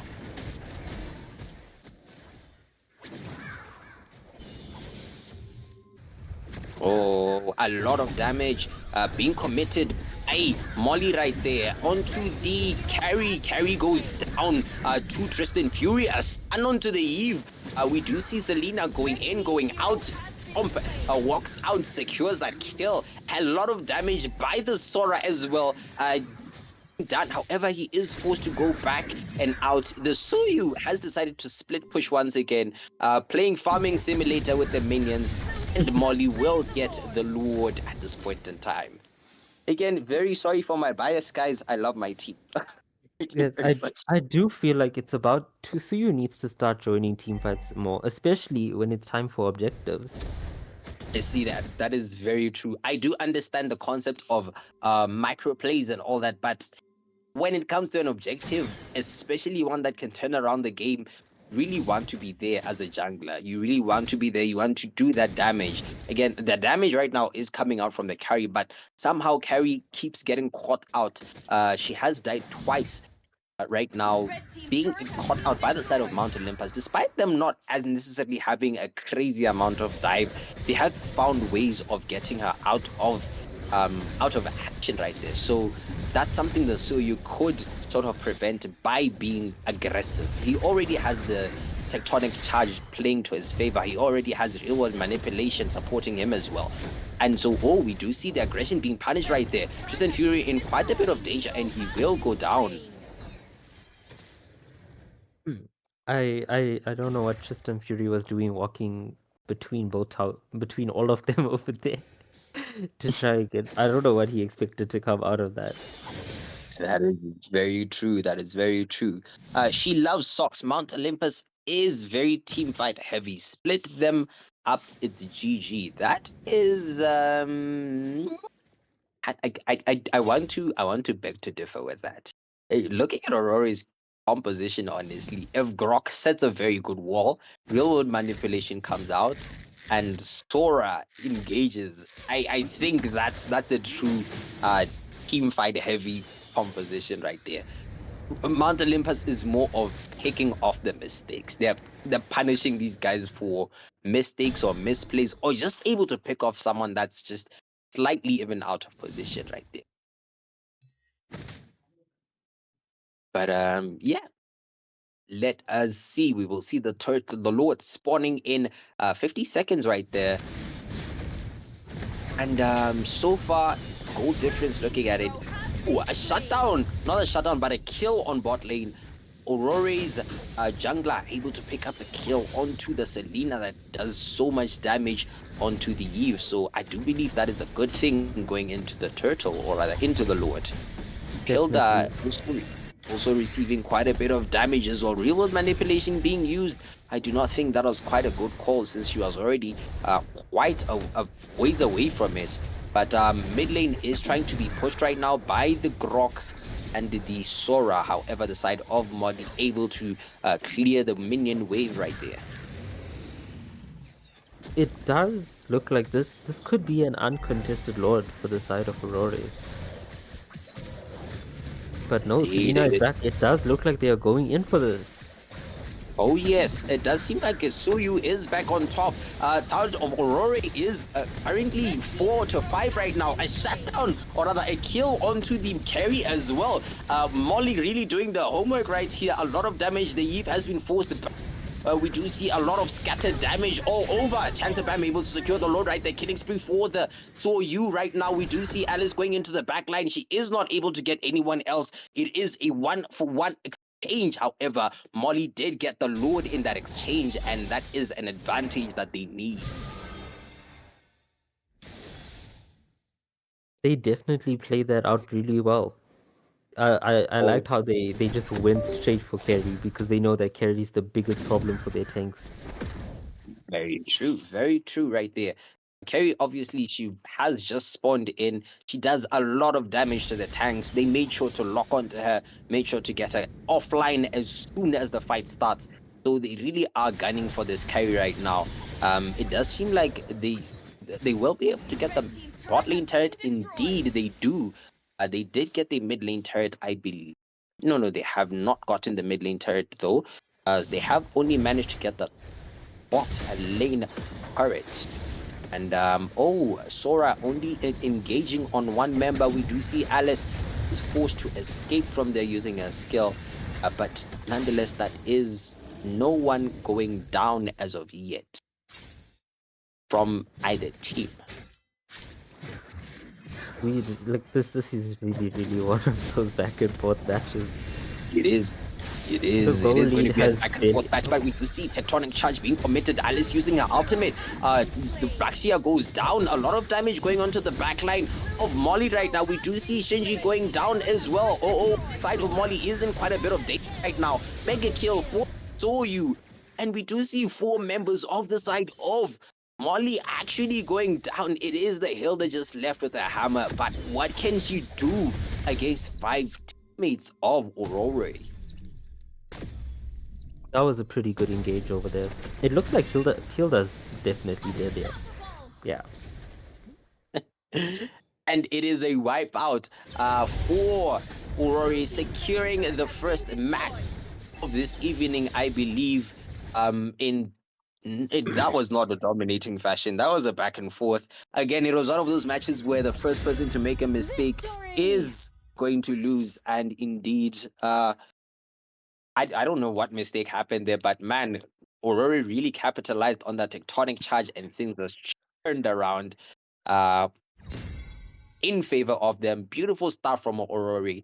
We will be heading into the second match. Again, beautiful stuff from both teams. Just quickly looking at the statistics, it does seem like both teams actually did quite well.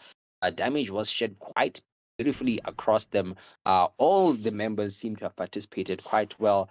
But yeah, very much interested in the second match. Again, Molly, from my knowledge, haven't won any match so far, and this is their second match. They had played against I don't remember what team that was. So they definitely do need this equalizer. This is the same scenario that Evil Inc. found themselves in the previous match on. If Molly does not get the point, then I do believe it might not be possible for them to proceed into the top. or 8. I don't know. I don't remember. I don't remember. Is it top 16 or top 8? Top 16. Top 16. All right. Sorry. I Yes. was just asking these people for their map. Nigel, they would like expanding rivers. So yes. We I think so. not sure. I'm not sure. Not 100% sure. But we Let's do see see. that one member of Mount Olympus is down, or just rather left the lobby. So I do believe they might possibly maybe just resetting real quick before the match begins. So do we go for a break? Commercial break? Anyone?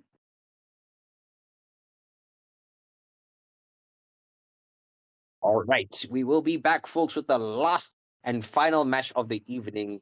Grab your popcorn again. It was a nail-biting experience in the first match. Definitely going to be for the second match. So we will be back very short. Captains. But he does opt to just stay on the turret. That is going to be 2 inhibitors going to the side of Dozen Dimes. Turret has been destroyed. Red team base turret has been destroyed. What a performance by this Marcel so far.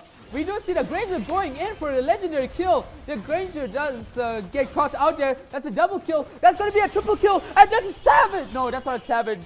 That is 2 maniacs in 1 game by Ainoob. Take a bow. Dichanga stealing out that savage. And unless there's going to be a twist in this game, that is going to be game for Dozen Dimes. If they stop freezing themselves. Oh, what a game. What a performance by Marcel, by Granger, by the whole team of Dozen Dimes.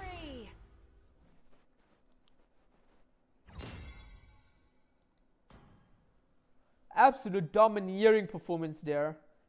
And again, folks, because the Changa picked up that Skypiercer, the Granger could not get the first savage of the regional qualifiers. So everyone can go blame Nairobi. Nairobi the person, not Nairobi the city. But wow, fantastic game. Like, if you ask me which team done better between Dozen Dimes and Tribe from last game, I'm gonna have a very difficult time choosing that. Ooh.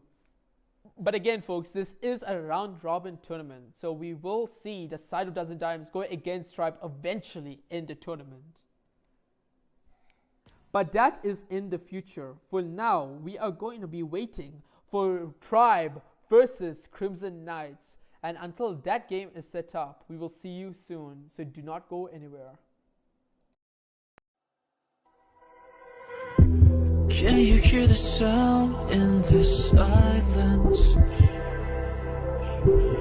Relentlessly striking through the walls.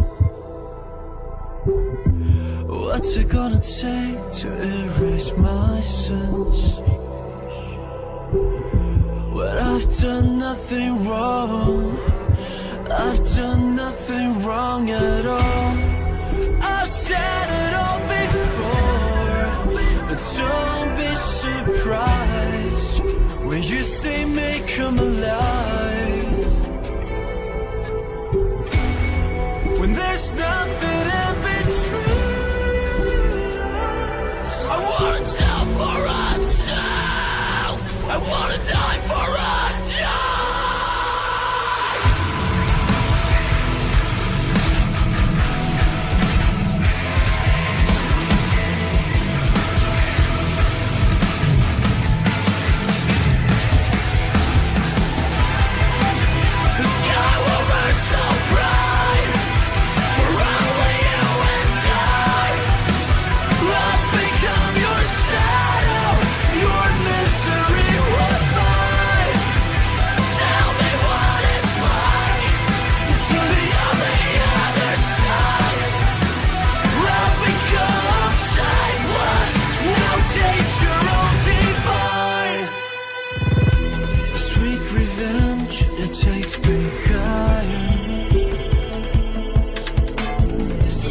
Subconsciously, I'm ready to fall. When there's nothing in between us, I wanna tell for a child. I wanna die for a die.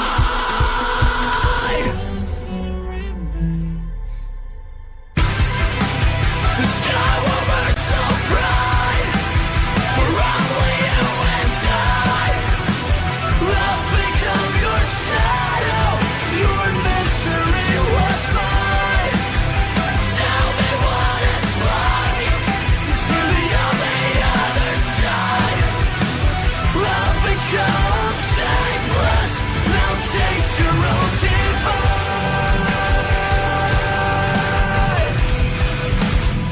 We'll take it back once more. Red eye for red eye.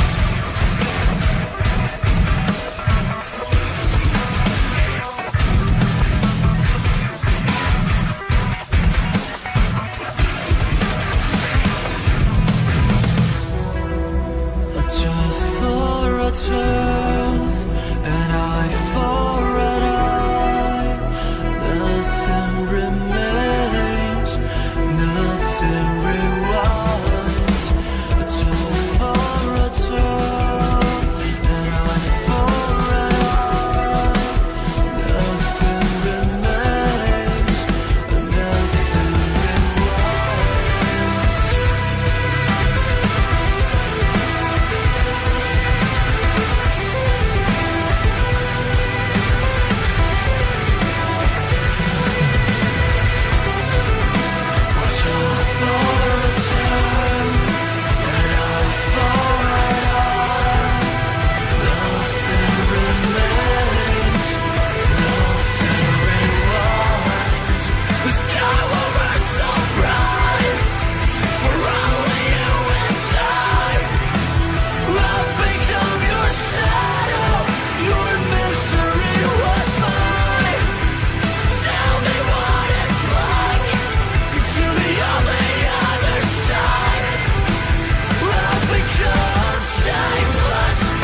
Taste your own divine.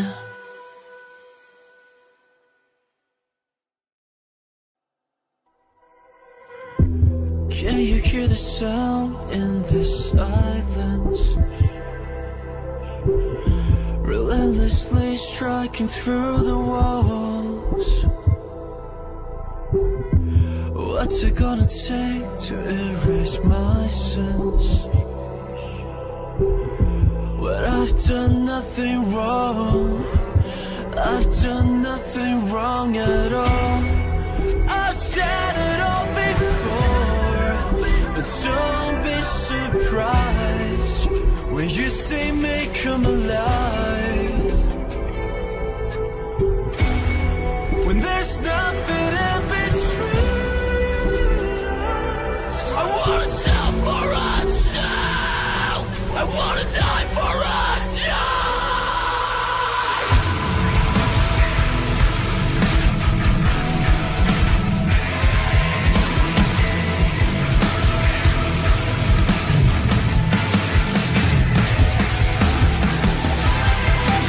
The sky will burn so bright for only you and I.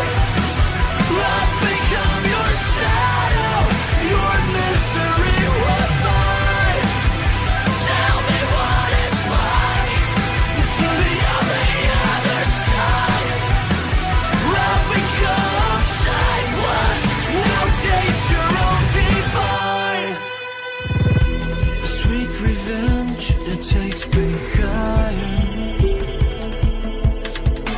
Subconsciously, I'm ready to fall. When there's nothing in between us, I wanna tell for a child. I wanna die for a die.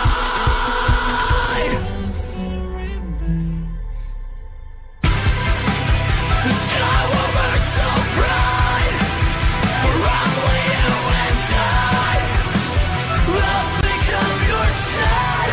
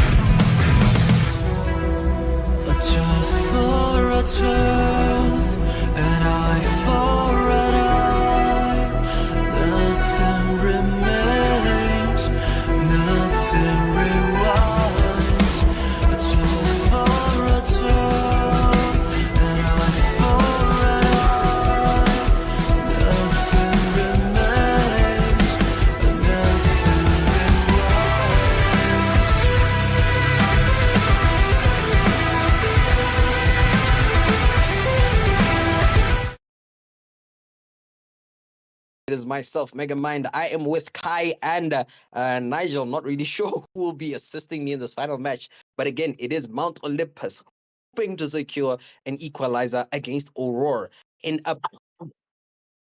expanding rivers, I believe. Yes, it should be expanding Yeah, rivers. expanding rivers. Right, we will be going into the final match of the evening, folks. A bit of a weird thing going on right now. Wait, Megamind, are you looking at? I'm looking at your screen on the laptop. I need to mute so I can laugh. Okay, guys, Nigel was experimenting. I do believe this is the Bannon pick for this. That is a face reveal of Megamind right there. I did not have any pictures, so I had to throw in my graduation stuff. But Lunox has been banned by the side of Aurora. Aurora do have first pick right now, so it is going to be a first ban of Lunox from the side of Aurora. Molly, of course, seeking to get redemptive win in this particular point in time, are hoping to secure. I do believe maybe they can go for a composition with a bit of a lot more dive than the previous match. Things would go very well, but okay, the system looks very For someone who can directly target their backline and take them someone who out. can to the just greatest match that's show true, of all that's true. time Yes, is we do see the banning. Harley being banned. Valor and royalty in a Teddy, dead body. what is the picture in the middle though? That's me. That's Megamind, guys. I have no idea what Nigel is cooking, but he definitely cooked. Whether it was ashes or cooking, I really don't know. But you guys will give your ratings after this. But yes, you are not using it at all. Anyways, we do see the Leo mode had been banned by the side of Molly. Not Molly, sorry, but Aurore right there. I do believe the Leo mode can be used by pretty much. There are quite a number of players from Molly that can use the Leo mode. So a very good ban coming out from Aurore right there. We do see the Zushin getting banned as well.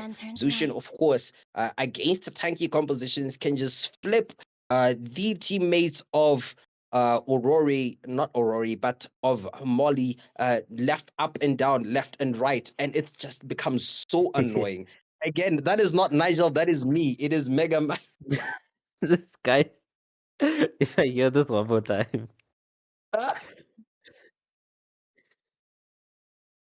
You guys goodness. just need to imagine Zushin is banned right now under the Imagine banned Zushin is options. banned. Nigel Come doesn't on, have a Dexter, Zushin it's picture. our What? showtime. Okay. I know. This is taking me out. My goodness. Claude has Anything been that banned.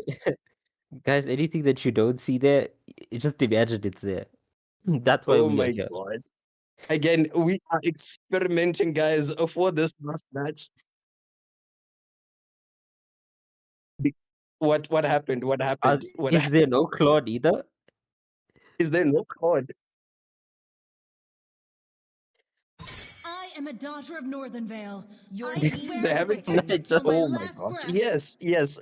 Okay. The Freya had been banned as well by the side of Molly, and we do see Aurora picking up the Minotaur right there. Very interesting pick from the side of Aurora. I do believe they possibly maybe picked that up as a not a counter pick, but making sure that what's this thing called? Molly? Tristan Fury, yes. Tristan Oh. Fury's Molly. Molly's Tristan Fury does not have the Minu pick, knowing that he is a very good pick, or rather, he's a very good player of Welcome to Minotaur. But we do Castle, see tiny him actually friend. responding with a Grok.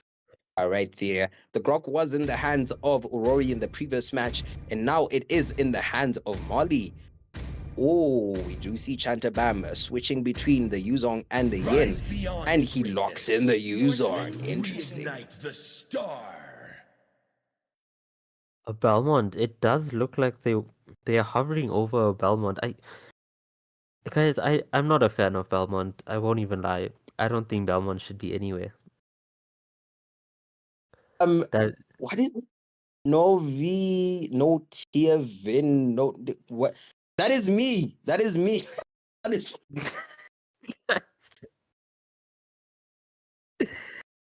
I can't. Thank you. I can't do Thank this. you very much, Nigel. The clouds That are was a ever once-off shifting, but this experiment. heart remains steadfast. Evolution. Next time we'll be a bit more prepared. It was just a test, guys. Just a test.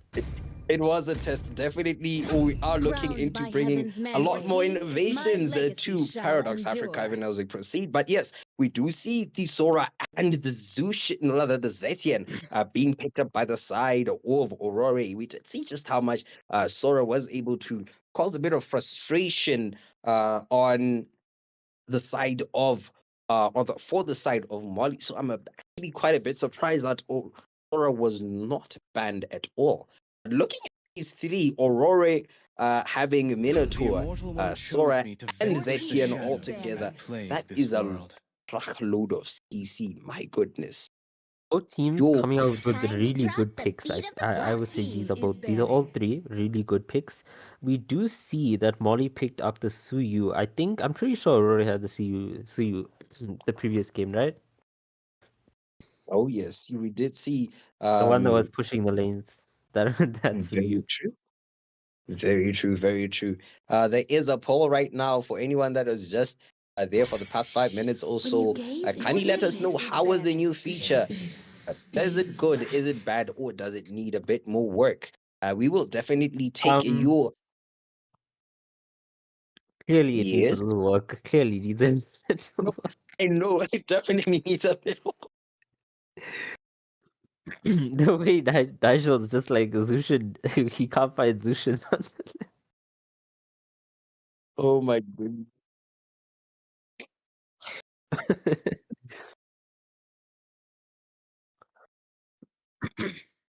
All right. We do see actually Aurora banning out the Selena a respect ban on yes, right there. We did see Joy as well being banned by the side of Molly. I do believe the last ban for Molly should be coming out, and it is Aiden by the side of Molly.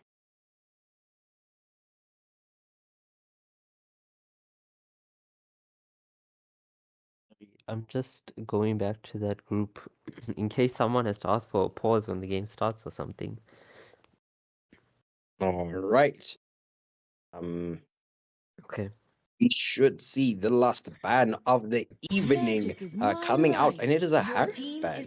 Interesting. I believe they were banning out the impossible mage pick of a Harith. I want to believe that Aurora doesn't necessarily have any target bans, to be honest, except Selena there. Of course, the That Selena did quite. that Selena ban was warranted after what she Yeah, did the to them the Selena previous ban game. is definitely warranted. Mm, But yes, Hopefully Suyu swaps to Retri. what I'm just noticing that, right? um, yeah. If they go in with the Soyu still on the revitalized, then I have Lots no idea. loaded But we do and see a ready Flint to being picked up by the proceed. side of a Molly right there for their marksman. And Aurore is currently flexing the queen of Southern Africa herself, Hanabi Sanjo, and locking her in. We will see. I do believe this is the second mascot of Paradox Africa. Once we put the Really? otter aside, we'll definitely have Hanabi. Yeah, Hanabi is the owner of the otter, definitely. So yeah, we do see what's his name after whatnot flexing the Ammon. Huh? It is better to Yes, be flexing feared in the than Ammon, loved. Locking it You in. cannot both. and locking it in indeed. But yeah, that is the draft of Aurora. Looking very good right there. They have got so much CC, so much AOE. They've got pickoff in the form of Aimon as well. There's just a lot of it's chaotic, honestly. The side of Molly as well does have the damage. I am quite a bit concerned for the Clint though, but I do know Shinji is quite a good Clint player, but yeah, looking at the side of Aurore, it's gonna be that flicker is going to be burned out real good. That flicker is going to be yo. But yeah, I Molly. the last pick, God. God is apparently really meta right now. I don't know how meta, but apparently he's meta. People have been using it in pro scenes, and they've been cooking. So a lot of people have started picking up God now. I don't know. I really don't know about God. I don't know anything about God. I know I Do you support my home know boys, but if man, he plays what? God? I know he plays every mage. I have not seen him not play any mage and not use it well. But you know what? I don't know about God. You said God is used by pro players, so I'll just go off that and say Maybe he's Molly has also this going in off the back. that. Mm. Oh my Anyways, goodness. But yeah, where's Aurore from, by the way? Aurore is from Madagascar. Madagascar. All right. So it is the final match between Aurore from Madagascar and Molly from Botswana right here. Molly's looking to secure an equalizing score. They need it in order to stay in this tournament Welcome right to now. Mobile If they can just secure Legends. one kill and possibly win their next matches, that definitely means that they do 5 have a chance seconds to till stay the in enemy this. reaches the Aurore, of battlefield. course, they are Snatch very them. comfortable. I do believe they're comfortable where All they are. troops Not really deployed. sure how they perform themselves. I mean, Yes, they would be a lot more comfortable with another point. with that. I mean, another point is always a good thing. You can't have too many points at the end of the day. But yeah, it is the final match of the evening, everybody. Welcome once again. It is myself, Mega Mind. I'm with Kai, and we do see Zetian's proc, rather passive being procced right there by the Grok, who's just been walking into her like that. Very interesting thing that happened right there. Plain EXP laners are just doing that thing, but a lot of danger getting onto the Sora right there. Sora has been forced to use the flicker, I believe. And yeah, uh, Royal Chicken, I do believe. I do no. I do believe Royal Chicken has a very good Yuzong in his pocket. Question is, can he utilize it very well as well? Looking on bot lane, it is the Queen of Southern Africa doing a lot of damage onto the Clint right there. And yes, it is going to be an interesting second. It is going to be Definitely, an interesting definitely. second match. I do see a request for a pause right now. A request for pause. Yes. A request for pause straight into my DM because In your DMs, it is in my DM. They are my teammates, so they are requesting a pause. They said Chanta is restarting. Chanta, I believe, was on the I'm hold up. going to tag your teammates and remind them that they need to request for a pause in the group. Yeah, they do need to request in the group. I am not an admin. Right. Let me just remind them. Request in the group.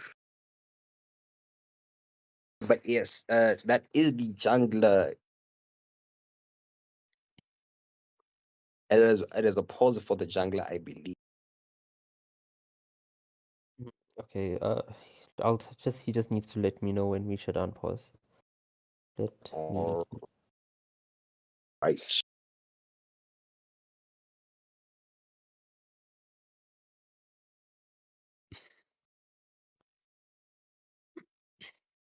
And just okay, he said yeah, does that mean I can unpause or I think he was acknowledging what you're saying. He said he was restarting oh the match, the game rather. So might be a minute or so before that. But again, the gold pick, very questionable. I'm honestly ah, listen, you said you had faith in your boys. Let them surprise you. let them surprise me indeed. The Either last way, time I the saw hmm? Onyx, or rather God, was with Onyx ID by no, not Levin. What look? That's how. Okay, yes. Whatever your name is, Novaria Nivea. I agree with you. Yeah, I'm just gonna call you that from now on. and God has been picked more than 10 times. That what? Really? What? Uh, Interesting. how was new feature? Bad, good, needs more work. Needs That more is work. very true. Yeah, most people seem to vote that God does need more work. So definitely not God. The new feature. Oh my goodness. I hope Nigel is taking notes. All right. Um. We are still Ma- waiting to find out when we can unpause. All right. I They think you they can just do only SMS. have 2 minutes left. Mhm. I will just inform them to.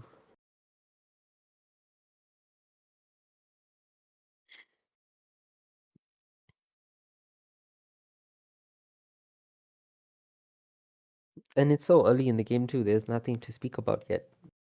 It is. It is very early in the game. Again, pause meta You has could have been waited. something. You could have waited for a kill or something before doing this. Pause meta is supreme in MLBB for Paradox Africa. I mean, you have 5 minutes. If you need it, take it. That is We've another thing. seen we've seen some pretty insane comebacks just because of a pause. Like we would do a pause for like 2 or 3 minutes because someone requested it, and then suddenly out of nowhere, there's a whole comeback. Indeed, indeed. We do have. Oh my 1 minute goodness. left. 1 minute left indeed for Molly's total pauses. And what was that game where we saw them actually 4v5 and win? There was that one game where they actually dominated insane. 4v5. Yes, was it with Nigel though? I think it was with Nigel. He says we can start. We can start. All right, there we go. How many seconds are they left with? 39. 39 seconds. So I Molly don't think is they'll be using it though. What are you gonna do with 39 seconds, buddy? I don't know. I really don't know. I don't know, man. Maybe buy data or something. Who knows? But right now we do um the Grok and the Clint possibly trying to get some action onto the Hanabi. However, it does seem the Grok will be going to the top lane where we will see the first turtle of the match spawning in a few seconds. I do think the side of Aurore has the advantage at this turtle if they decided to go for it. But if Molly couldn't get a pick off or something before that, I think it would be in their hands. Very true, very true. We do see 4 members of Mali are currently at top lane right now. The Amon is the one who's going to possibly pick off the Clint. Clint rotating all the way to top lane. A lot of damage. Black Dragon has been popped. This blood coming out. Second kill. Another kill as well for the side of Mali. We do see Clint able to barely survive. However, he does get taken down. And the Amon has been punished for that kill. It is 1-4-4 in favor of Molly right now. That was pretty insane. I spoke about a pick off and then they just got picked off, all of them. Indeed. Cause meta indeed is reigning. This is what I was talking about, guys. They got their pause and now they decided to come dominate. Absolute domination right there. We do see a bit of an exchange in mid lane. They're forcing the Minnow and the Zetian quite a bit back right there. Rock also checking bushes, saying hi to Eamon as well. I can giving him vision right there. On top lane, we do see Sora has used his damage form against the Royal Chicken. Royal Chicken in a lot of danger, and he does go down indeed. A lot of danger, a lot of damage as well is going on to Chaos, but he will live to see another day.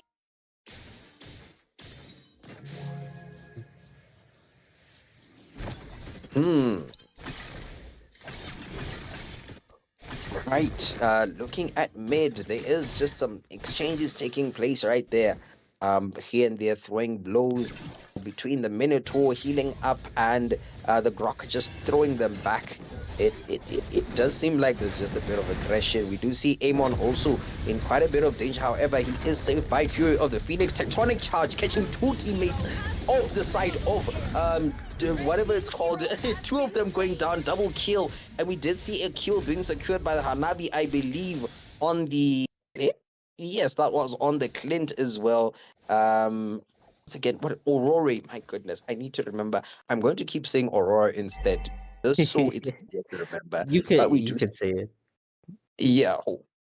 The Hanabi is pushing right now, showing why she is the queen of Southern Africa, able to push, able to secure a lot of gold off of the turret. I will check the gold difference in a second or so, but we do see the next turtle has spawned out on the top lane. We do see Yuzong is around the mid lane river area right now, just providing a bit of vision while the Roma is on his way. It is 4 members for the side of Mali who are available versus... Yeah, it is 4 for 4. We do see the marksman being the Clint has arrived as well. Question is, will Rory try to contest this turtle, or will they just out on it? That is a good question. Black Dragon has arrived indeed. Chantabam able to secure it uncontested pretty much. And everyone goes back to the laning phase. Hanabi should be able to secure the bot lane turret, which will be a win, at least in the favor of Aurora. Definitely. Even though, okay, so even though Molly has been having the better team fights, you know, they did also secure their turtle. The goal difference is actually not that much. It seems like Aurora is still managing to sort of keep up with them. Indeed, there's a lot of damage while you're speaking that's going on to the Minotaur. He has been forced to use Revitalize and Disengage right there, so I do believe he'll be going back into the base. Meanwhile, on top lane, we do see a lot of damage going on to Chantabam. He will go down to Astor... to the Amon. To the Amon. And what is that name? Is that a T? Is that an F? What is a T and an F here? Wait, the Amon's name? Yes, what is it? I want to say it so much to say it. Let's just call him Amon for now. Oh my goodness, fine, whatever.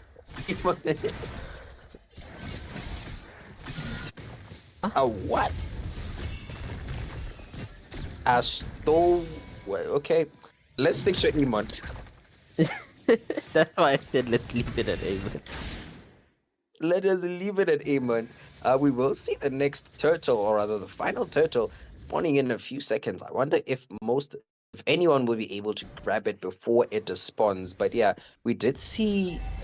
Was this a lane swap? The Yuzong did go to bot lane, and the Clint is on top lane. So definitely a lane swap from the side of Molly. We do see both the jungler and the EXP currently are waiting right there. Most likely trying to gank the Hanabi, take her out of commission, and take the turret. However, on the top lane, we do see that Aurore currently is being to make... No, not yet, not really, no. A lot of damage on Royal Chicken. He has been forced to use the Black Dragon, and million shards just coming onto him. He cannot handle them all. The Black Dragon has went down. Aurora is definitely in the lead now with them having 3 turrets down and Mount Olympus having nothing. You know, Aurora is really doing well with this whole push, divide and conquer game they've been doing since last match. Indeed, Aurore really has capitalized. We did see Tectonic Charge being used, however, there is no follow-up. Fury of the Phoenix has been used as well. But again, no follow-up. We do see Ford using his Kamehameha right there. And a lot of damage has went on to Chaos. Does go down. Oh God, able to secure another kill. We do see Sky Piercer actually being secured right there. That is 2 kills. However, God goes down to the Amon. Amon, however, has lost out on the Lord. It is the Lord in the hands of Molly. They really did need that. How he does get a second kill, however. Very good pickups coming out from the Amon. He does throw some shards onto Chantabam. Not able to secure a kill though, but a very good thing indeed right there. You should see the Lord marching down. I don't know on what lane, maybe mid lane, possibly. But just quickly looking at the items right now, it does seem the Hanabi has both the corrosion and the DHS. Amon rocking the Genius Wand and the Stallium side, which explains the ton of damage. He does seem to have went for the Expert Gloves, so he's most likely going for Sky Piercer after this. But yeah, we will see possibly a bit of an engage happening right now. We do see, oh god, Kamehameha knock up thanks to Tectonic Charge as well. It is a one teammate down for the side of Rory right now. Doesn't seem like Aurore is going to put too much pressure onto pushing this Lord. Again, it is a weak Lord. It was an 8-minute Lord, so it makes sense why they would not really put that much pressure on it. Blue team turret has been But destroyed. they are able to finally secure the first turret of the match. Good thing indeed right there. They do seem to be rotating to the top lane. Amon is playing the split push game where he split pushes, where he picks off. Very good thing for the Amon that he's doing right there. We Yeah, do see that. Mount Olympus is definitely starting to catch up with their towers. Oh yes, definitely. That was the second tower going down into their hands. So they are comfortably sitting at a bit of a gold lead. It's nothing too crazy. It's just like 700 golds. But yeah, the turrets are definitely helping. Blue team turret has been We do see destroyed. the God and the Clint picking up Sky Piercers. Personally, I don't think having 2 Sky Piercers on one team is a good idea, because then it's just going to be everyone trying to get a kill and collect stacks. But maybe they'll be able to do something with it. Very true. We do see killing spree. Oh, the Grok able to secure that kill onto the Amon right there. Beautiful on bot lane, man. Able to capitalize on him splitting off. And now the side of Aurore do not have a jungler. 16 seconds.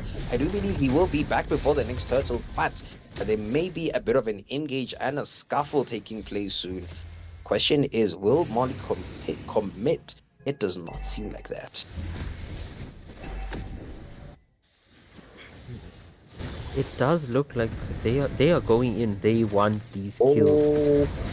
That dragon has been committed. A lot of damage going on to the marksman right there. However, it is the Sora to go down first. Queen of Southern Africa doing a ton of damage. And so does the Gord, not the Gord rather, but the Amon who secures a kill. Gord did secure a kill as well.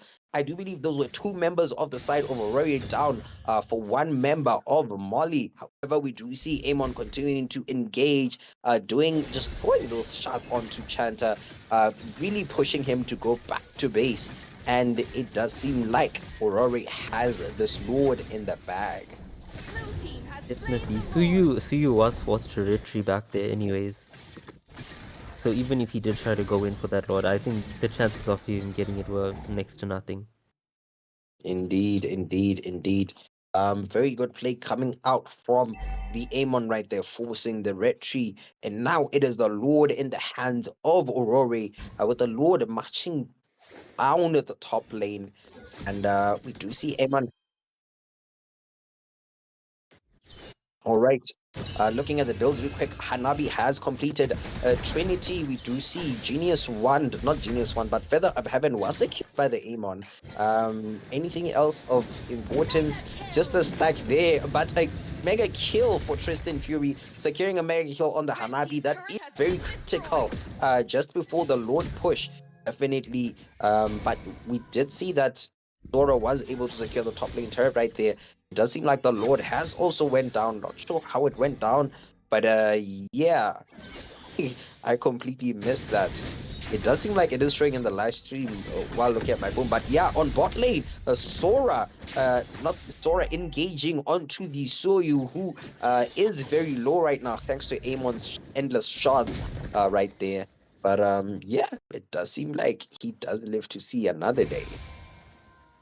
That was pretty good. I did see Eamon went in for him, but somehow Sora just didn't take damage at one point.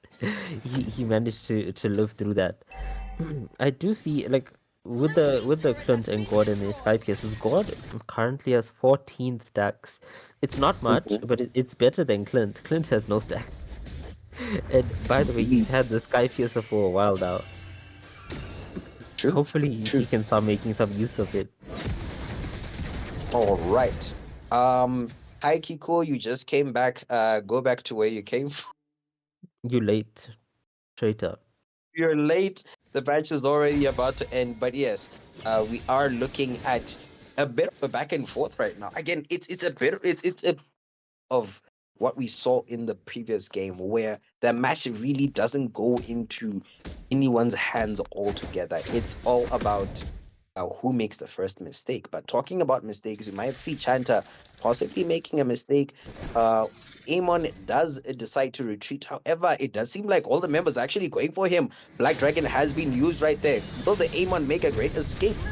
Fear of the Phoenix has been committed, but it cannot save the Amon. Who is 5-man, man? That is not something you wanna see. Even in your nightmares, that's the worst thing possible. It's a flying lizard. It's a rock. Everything is coming for you. A mad, it's just madness. It's absolute madness. It's crazy. I do like what Aurore does. Every time there's a team fight or something, or someone's getting taken out, someone will go and push a lane. They do not want to get. They want to make sure they get an exchange out of everything. Very true. Very true. We're talking about turrets. They are actually equal in turrets at this point in time. However, it is the gold lead that is currently sitting at a 5k gold lead in favor of Molly. Quickly looking at the items right now, just at the bottom of my screen, I do see that Gord is sitting at 24 stacks, like you mentioned. The Clint has sold his Sky Piercer, which is a good thing. Again, we hadn't seen him actually pick up that many kills, so that is one thing that now works in his favor. And looking at I guess that's the only Sky Piercer we're gonna see this game. So far, the Lord is marching down the top lane, up from the top lane. And it does seem like Molly will also be moving from the top lane. The Yuzong is the one who's currently on split push duty. Wondering if this Amon is looking to, however, capitalize and get a kill on him before the match. Okay, all right. The Lord is about to crash onto the lane. However, Tectonic Charge has been committed right there. Grok is going to go, rather not Grok, but Minotaur has been turned into a burnt steak by God's laser right there.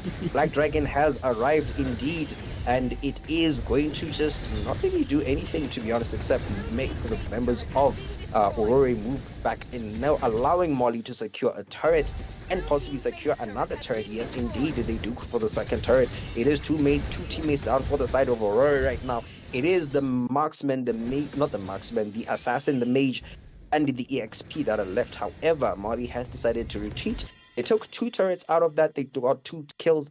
They're happy with it, sitting at an 7-ish K gold lead right now. They're very happy about that.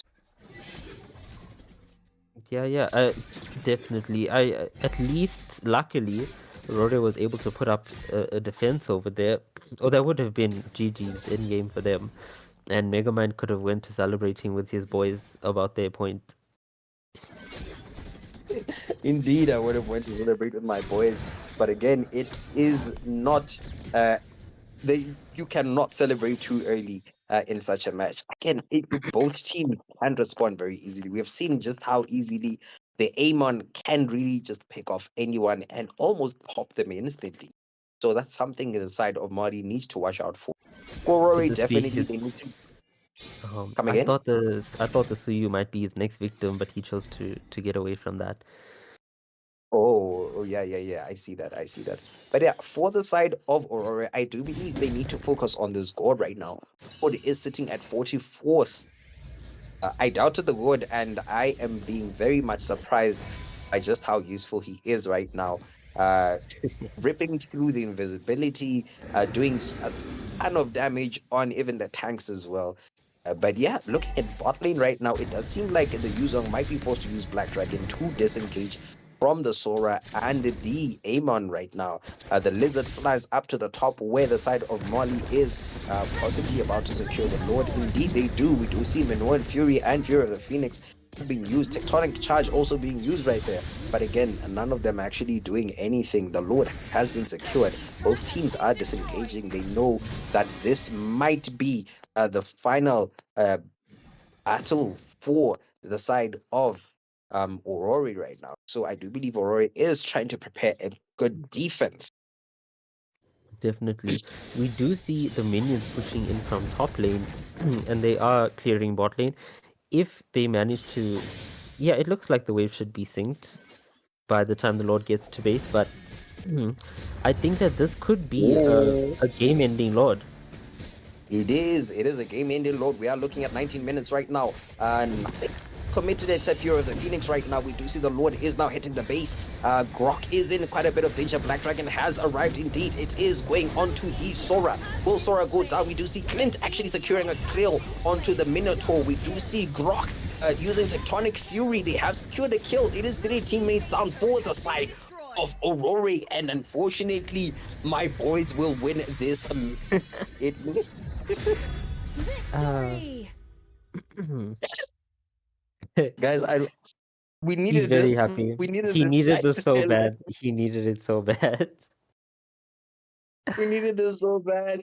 But congratulations to both teams. Again, Aurora, the way they turned the first game was beautiful. Definitely well The played for side, both teams. it was well played. They were able to drag this out. It clearly seems like both teams are almost at equal levels at this point. The teams that were competing, it feels like it was a fair match. It wasn't one-sided. Both teams knew what they were doing. They were able to capitalize on each other's mistakes. And so very good exchange from both teams right there. Very good setups as well from both teams. But it will be the draw that ends this particular night. Goes to all the teams that played this very evening. And yeah, is there anything else that needs to be said? Kai? Yeah, don't forget to like and subscribe, guys. Thank you so much for coming. Oh yes, oh yes. Daddy Nigel, do you have to say anything? Thank you guys all for joining us. Thank you guys for all the support. As always, I believe we've reached 840. Let me just refresh. Let me refresh. Let me see. Kai? No, it's 8:39. Still, regardless, thank you guys for all the support. We'll see you guys tomorrow in more action, more gameplay, and as always from our team, thank you for all your support and cheers. We'll see you guys tomorrow, and bye bye.